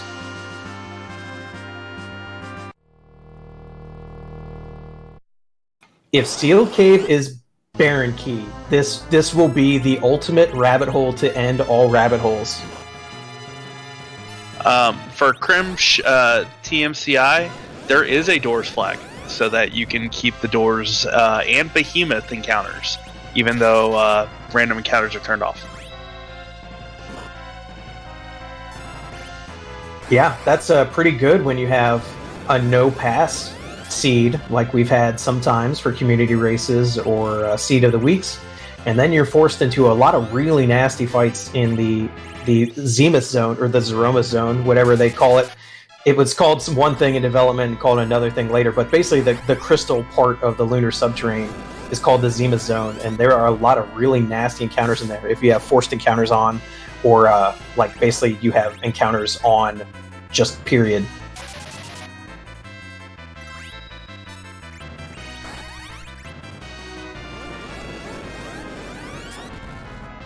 Dusty's going to be giving us a glimpse at the bottom of the Luca Cave, and I don't know about you, Motoss. I'm just hoping for some samurai arrows. Oh, that would mean required Ogopogo, and that would be so mean, so mean. At least they get to see it before they have to fight the boss, and we already know we already see the Mist Dragon. It's the Baron Key! Oh. It's the Baron Key, everybody! That's it! That's it! Wrap it up! This is gonna be a 17 out of 17!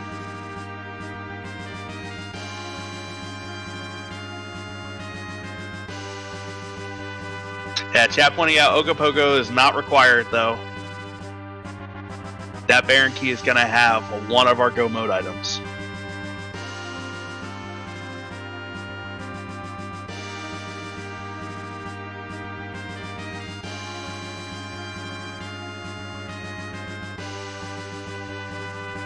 Oh my goodness, I can't believe it. This Kanazo is going to go down so fast. Dusty actually didn't restore his party's MP in any way, so his Palom is actually not able to nuke here, but that doesn't matter. He's already inside the shell.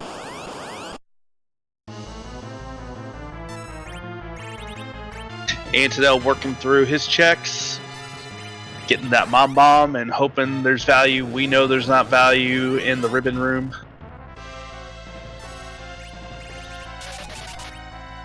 Yeah, the only good thing for our runners here is that no matter which way they go, they have good well, Baron has 2 checks, so basically Baron is the play here, basically. Going to Ogopogo would be mathematically and, I think, time-wise, a mistake. So I don't know about that. Baron, while the fight is faster in Baron, you still have the cutscenes. If Pogo has the value, then going to that fight is probably overall faster. If Ogopogo ends up having one of the Go Mode items, that means our players have been able to get it this entire time and instead literally checked everywhere else possible, which would be the height of insanity and hilarity. For question chat, King Ogopogo at the Leviathan spot is fast and hits hard. He's going to Ogo. Or Octo. He hasn't done the Octo Mammoth, as Pordrek is pointing out. So for him, that's 2 key items there. He doesn't have to sit through a cutscene. He's going to try and knock both of them out. He'll probably do Octo first. If Ogopogo has this Go Mode, it will be so funny because that would mean that our players didn't really have to go to the moon at all.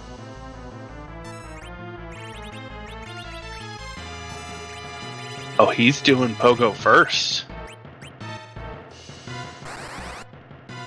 I think he may be thinking if it was Octomammoth, then Antidale would already be done. Oh, nope. Faked us all out.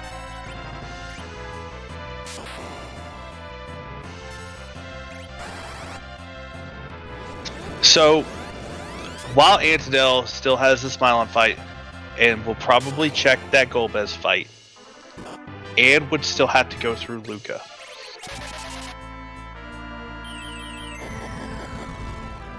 And yeah, Dusty still has to get through both of these fights. Antidale could still catch up here. Yeah, it depends on how they go, especially if Dusty has trouble with Ogopogo, and this is key.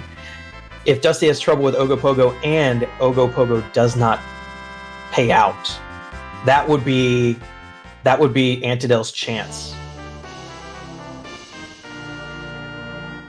The question in chat, while we have the vanilla agility flag turned on, since there is no Cecil and Dusty Griff's party, the agility anchoring is done by that middle party slot. And even though we have a cursed ring on that Tella, we still want to keep Tella as low as possible. During the Threemus fight, Tell will be alive for the start to get a berserk off, but after that, he's not going to live through a Big Bang anyway. So keeping him down is the right play here.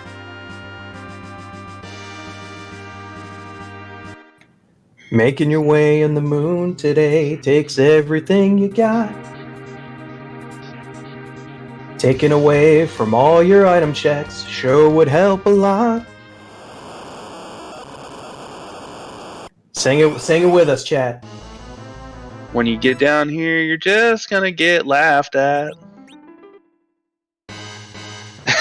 He wiped it. He reset out of it too.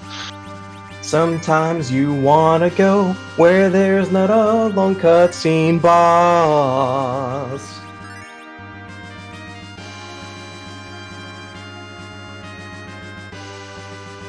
Antidale's going to be forced to do the same and go try ha ha ha again as well. You can't skip it. It's too much of a risk that your opponent did it.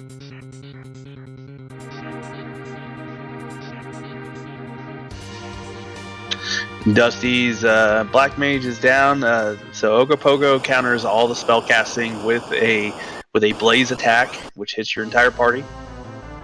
And as you saw earlier, he's hitting that front row cane for about 1,600 damage. Yeah, and that's with the defense sword, which, if you didn't notice from the name, actually has defensive stats on it as well as its great offense.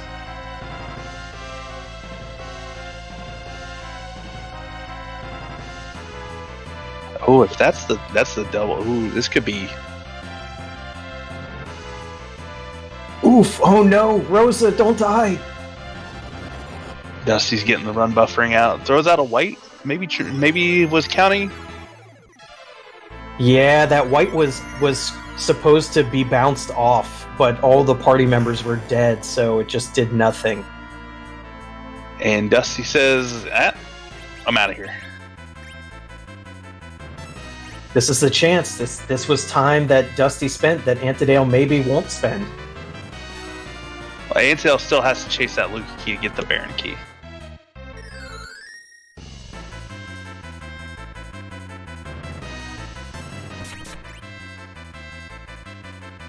Yeah, Dusty hadn't beaten Octomammoth earlier. Knows Octomammoth doesn't have what he needs, so knows that Baron is going to give him one of these two items.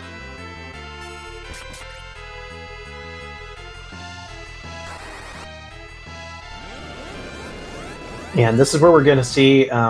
It's true that Antidale's Threemus fight will probably be faster than Dusty's, but if Dusty gets there with this far ahead, it's going to be really tough for Antidale to catch up. Now, of course, a Z wipe is always possible. You know, a little bit of mismenuing, a little bit of, ATB action where you don't quite get your cures off. But Dusty Griff's levels are quite good, and the agility will be all figured out. So Dusty Griff's looking quite good at this point of the match. And we have Leg and Friends. Antidale did not reset out of that Golbez and package, and is instead walking back up to the save point. We'll have to ask about that later. I wonder if he wanted the EXP since he already did the fight, or something else. And considering he's just going to exit out, whereas Dusty had to go back to the Crystal Sword altar, it makes sense that he's just walking us out. It's probably the same amount of time as Dusty Griff is going to find, is it the Water Hag or the Gauntlet? Just a Water Hag. Unfortunate. It would have been great to see Gauntlet here. Well, we know the trash can is going to have value. Well, we don't quite. The trash can or Odin will have value. That's true. We still didn't see what Ogopogo has. Ogopogo could have, because we basically have 3 items left we haven't seen, and one of them, they've got to be somewhere. But one of these spots will be a strikeout, and 2 of them will have the item. It just so happens Baron has 2 checks, so this is... one of them will be here in some way, shape, or form.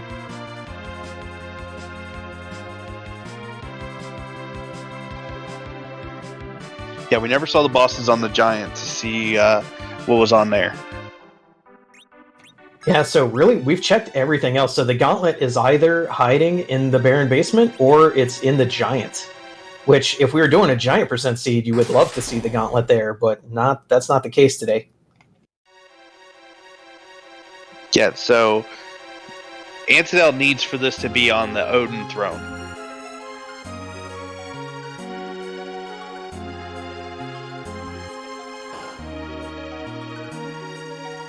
Yeah, and maybe be able to get a quick Ogopogo that actually pays off.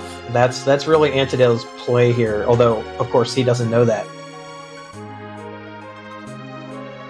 Yeah, I would expect Antidale's probably going to avoid that Ogopogo, considering how mage-heavy his party is. And there's the adamant for Dusty. Yep, there we go. We will not be seeing the Odin spot tonight. Dusty's going to go get the Excalibur. Going to be completing Objective 1 here any moment. And getting a peek at that Cocal Shop. Could still have something for him there, because Dusty does still have physical attackers. Unlike Antidale, some Bacchus ones could be welcome. Bacchus wines, another... oh wait, Dusty doesn't need another Stardust Rod. Antidale does.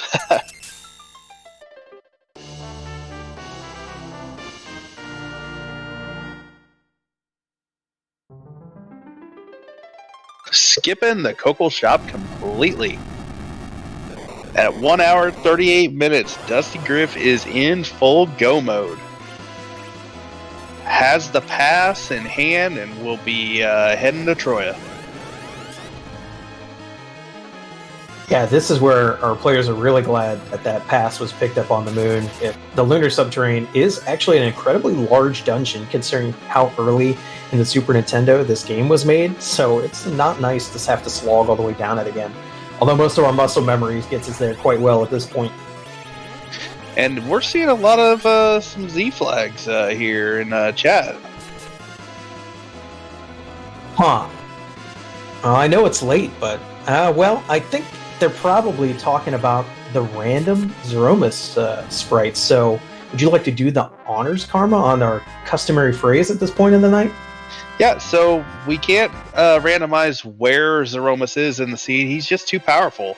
But thanks to our wonderful artist, Scala Kitty, there's over 450 different sprites that Zeromus can be. And at this time in the fight, we get to ask, whose butt are we going to kick tonight?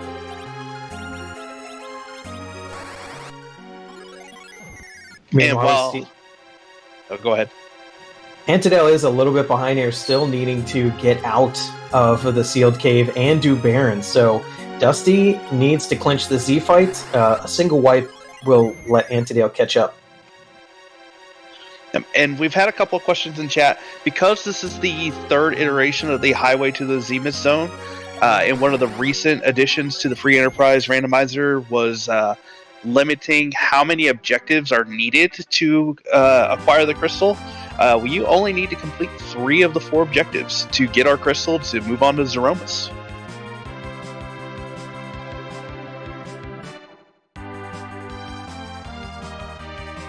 And just as predicted, Antidale is not interested in looking for Ogopogo and is instead going to do the Baron Castle check. We'll be finding the adamant ore there and be onward to Zeromus quite shortly.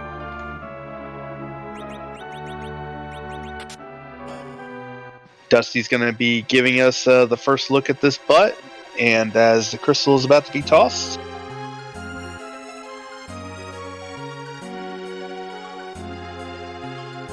his true colors emerge, and what we find on the other side of the Gurgs is, in fact, it's the King of Cosmos, King Cosmos from from the incredibly popular puzzle game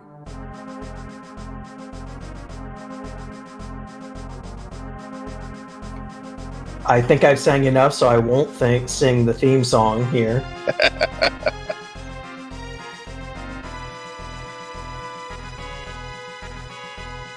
Yep, and we have the Silkweg going out. We have Sid with the wall on. So we're going to be seeing some hybrid strats with a Berserk Cane here shortly. Got lucky RNG there with the counter from the Silk Web hitting Sid. Yeah, this is nice. The Silk Web on Sid is definitely the good play here because of course, you can't heal your character who you have the Star Veil on.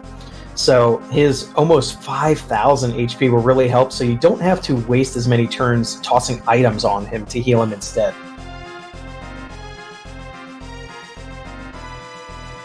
And Antidale is going to do the throne room first. Hoping to make up some time by skipping those cutscenes. This could actually backfire because this is a 50-50 shot here, and it is CPU, so it's going to be a quicker fight, but still, I'm very worried for Antidale here.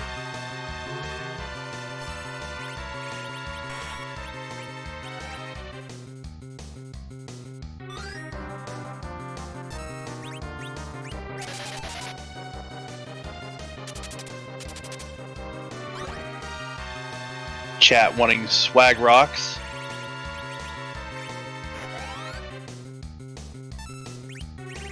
Oh, from Tella.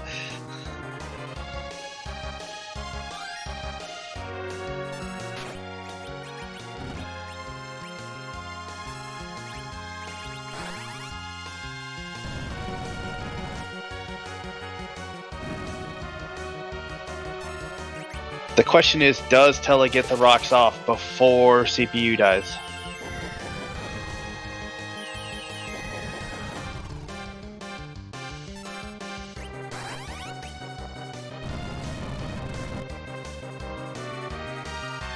Yeah, you love to see a Meteor, but it doesn't look like it's Tella is so slow, and that nuke is going to finish it off early, I think.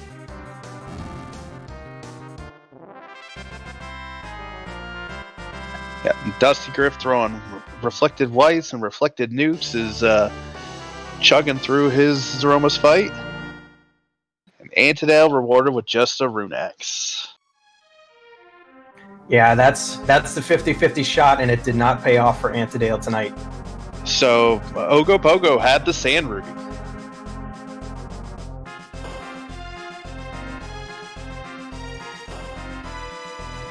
That means that the entire game, if we could have cleared that Ogopogo, our runners would not have had to do any of this last chain. And there's the flash, and dustygriff is through, completing his Threemus fight. Please get your GGs out in chat for dustygriff. We will see if we can get him in here for an interview.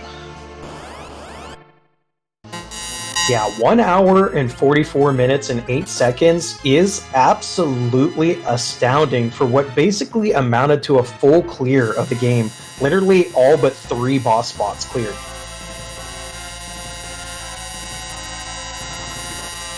Dusty, I think you have something with your mic.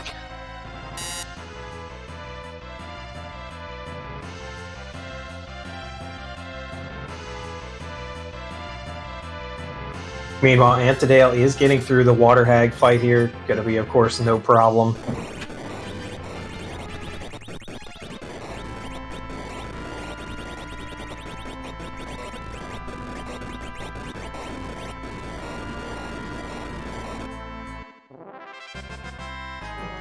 And we can probably see, even after this cutscene, the Threemus fight will be shorter for Antidale. So literally, even after a full clear, these players are basically what's going to amount to maybe 7 to 10 minutes apart from each other, which is absolutely insane pace.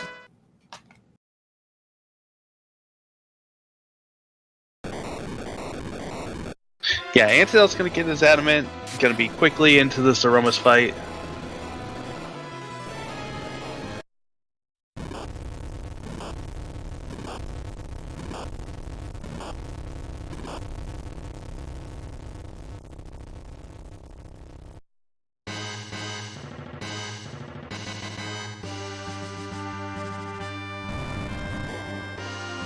And at this point, if you're Antidale, you just have to be chuckling at the luck here. That was so many plays that just didn't pay off. That moon was almost completely haunted, with the exception of that Luca key.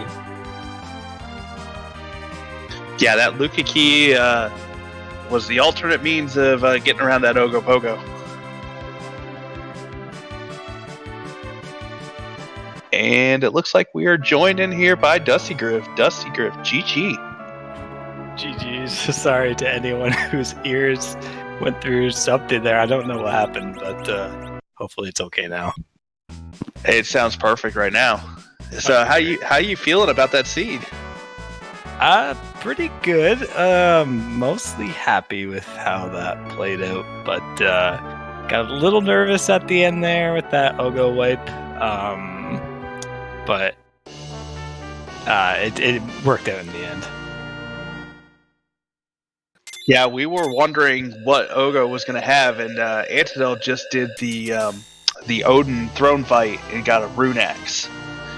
So Ogopogo having the sand ruby there could have saved you a trip to the moon. Yeah, you could have saved a bit of time. Well, a whole lot of time. But after I did that wipe and had that save back inside Baymarch, I was kind of like, well, I know Baron has it. What, either the Odin spot or the King spot, guaranteed to have one of them at that point, if not both. But obviously, turned out it wasn't both. But so I just cut my losses there and just kind of went on with it. But yeah, it would have been nice to not have to go through every spot in the moon looking for a path for that. But all worked out in the end. So this is, of course, the question we've got to ask. You have been able to practice table flags for quite a bit because you did not have to. You got the direct in from the group stage. How do you feel about your first actual race in the tournament under the table flags being basically a 17 out of 17 cleared? It's funny because this seed felt more like any other standard sort of seed than I've had in a long time.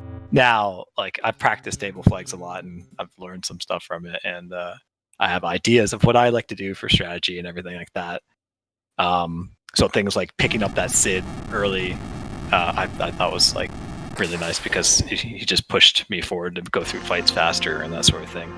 And I've kind of learned to like go with that. But this race, since it ended up with so many key items and a tele to do D-Machine easily, and kind of I wouldn't say a linear path, but a path that there wasn't great choices laid out for you at any given moment. It was just kind of, you wanted to do the things that were fastest to do at a point. So I'd say me and Antidale had fairly or somewhat similar paths through this one, based on how it kind of played out. You absolutely did. The one you guys diverged a little early on. Antidale immediately went underground. You went and did a couple of character checks. But I think the key moment here is Antidale wiped to that wyvern at the Twin Harp. Really? You both went into that fight seconds apart.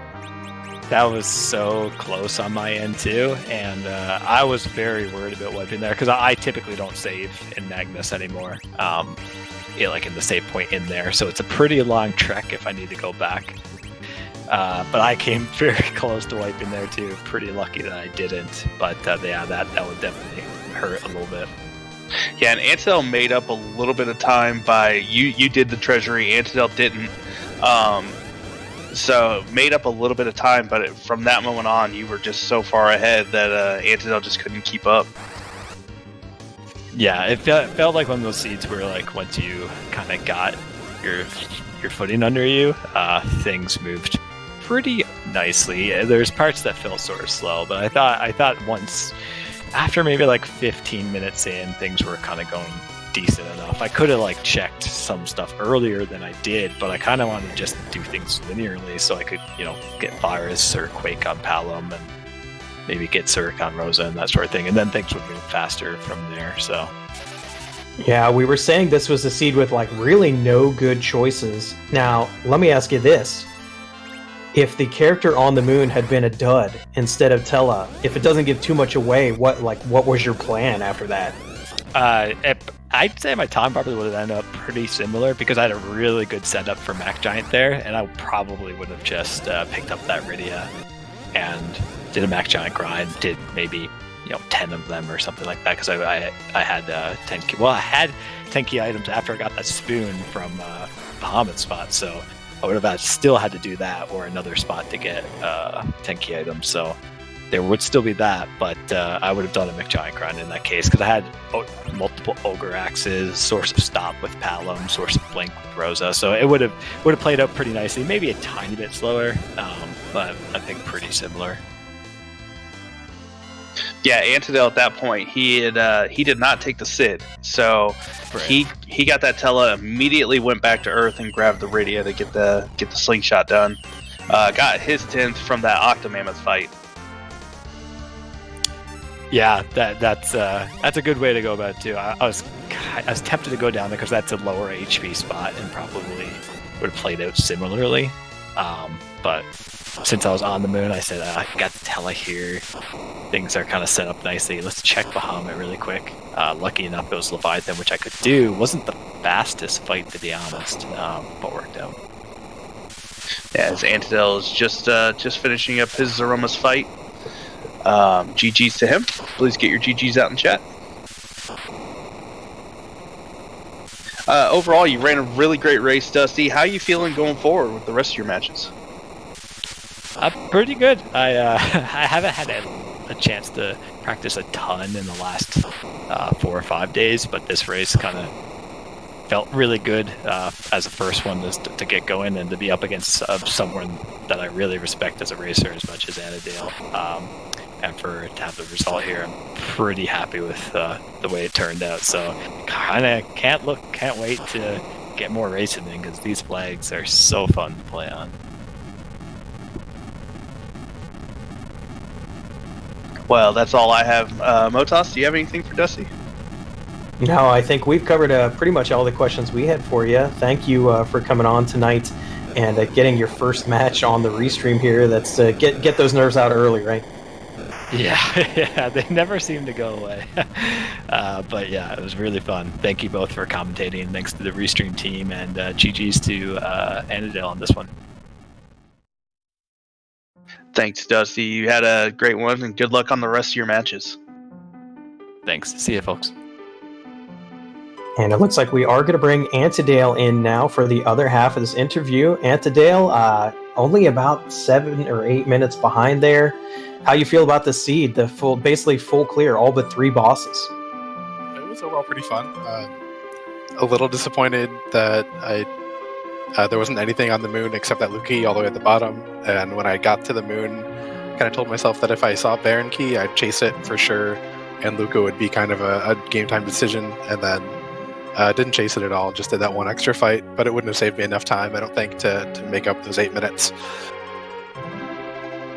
Yeah, unfortunately, it was the wipe at the Wyvern. It was really the deciding play here. Once you had that, you never really were able to catch back up. You guys went into that fight at the same time. Yeah, I mean, that's why I went top down, too. I don't often do it, but I do it if I feel a little bit behind and we're only 1 key item away. So you've got those 2 checks that people aren't going to do necessarily right away, and then also Crystal Sword Altar usually gets the last one, so I'm trying to get those last 3 checks that Dusty theoretically does done first on the moon to just kind of maybe jumpstart something, but the game had different plans. Yeah, it was a really linear path almost the entire way. You guys diverged early with you going underground. Dusty was doing character checks. What was your mentality with diving underground first without any of the character checks done? Knowing what loot I'd have, since the loot is noticeably better underground and it's fairly condensed in all the places you can check, that once you pick up a few of the things, I could have stopped looting a little bit too. I looted a little too much, but just having those extra checks there so that I know what characters I care about and don't. So that's part of why I passed up on the Sid, because I already had an Ogre Axe and a karate shirt on Kane. I knew I could pick up a black belt whenever I wanted, so I didn't really need to pick up Sid, and I knew I had a couple black mages tooling around that I could hopefully at least sling Rydia. Yeah, and it paid off for you. You did a nice job of getting through the majority of the seed with only 3 characters. Dusty picked up the Sid early on. before, it was after Dusty went underground, so he was more swayed by the ogre axes and having that Sid really help out with the health pool. But you handled a lot of the seed with just 3 characters, which I think we're going to see from a lot of runners at this stage. I think so too. I mean, we had a really good character pool this time, so you wouldn't have been horribly wrong to pick up many of them early. Like, picking up Sid is totally a good choice. I'll have to maybe play the seed again a little bit in the early bit to see if it can speed some stuff up. But it was a really good character pool. But I know I did practice and did a bunch of things with how long can I go with just 2, and got to learn what some of the limits are with just 2 characters, and try to figure out a couple strategies for different bosses and different spots when you only have 2 people. Because sometimes the character pool is 4 Edwards at the beginning, and you're just like, well, I don't want 2 of you. Well, we know that Dusty's plan, if Tella hadn't been on the moon, was to use his Sid and Kane to get through some Mac Giants, but you did not have that Sid. So what was going to be your go-to if Tella didn't show up for you?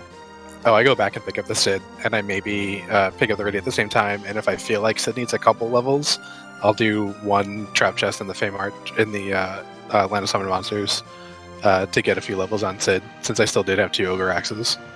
Mac Giant was definitely the right route for, since you still had 2 key items you needed.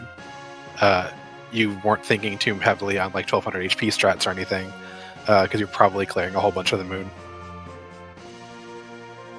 Oh, that's definitely well thought out. So good to know you got your backups of backups of backups in line for the rest of your opponents here in this stage. Yeah, all the pickup races and acings that have been going on have been a good fun learning time, and just playing stuff on my own too, not streaming it or not sharing it with other people, just to kind of see what I can do and see what works at all and what works very poorly. Well, this is just the first match. You've got 5 more you've got to do. It looks like you've got Thursday and Friday scheduled, and 1 next week. How are you feeling about the rest of your matches? I mean, this is one that I saw the schedule or saw the matchups, and while I know I can beat Dusty and have done it in some pickup races or asyncs, I definitely feel like I give him about 3 minutes worth of time most of the time. So I had to route a little bit better than he did, and the seed did not let that happen. So I had mentally penciled this in as a likely loss. So everyone's so good too at this point that I don't really know. There's still so many places like this where you have that Ogopogo who's just sitting there laughing at you, knowing he's got the Sand Ruby, and you could have been done 20 minutes ago or half an hour ago, that you can't sleep on anybody. Yeah, so far there hasn't been a bad race. I mean, we've only had 2 restreamed, but I'm looking forward to being able to catch as many races as I can. For sure, it's going to be a real exciting time. I'm definitely looking forward to all of them. I can't wait to get them all in and see who's standing at the end of this 3 weeks.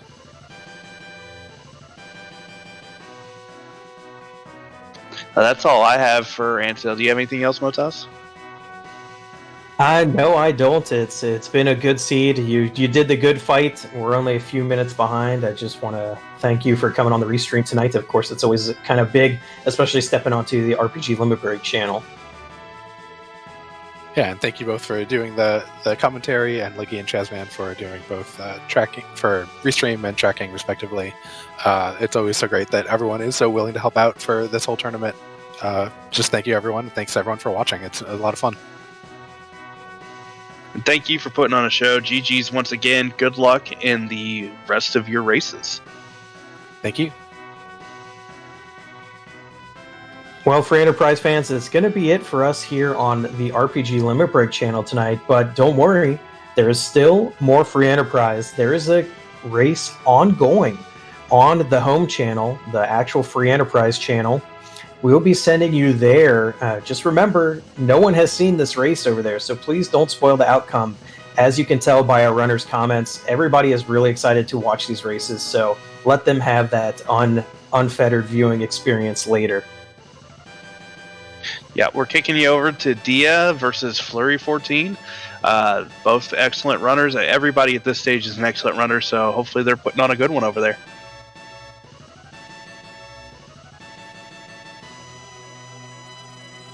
thank you for joining us, and hopefully everybody has a good evening.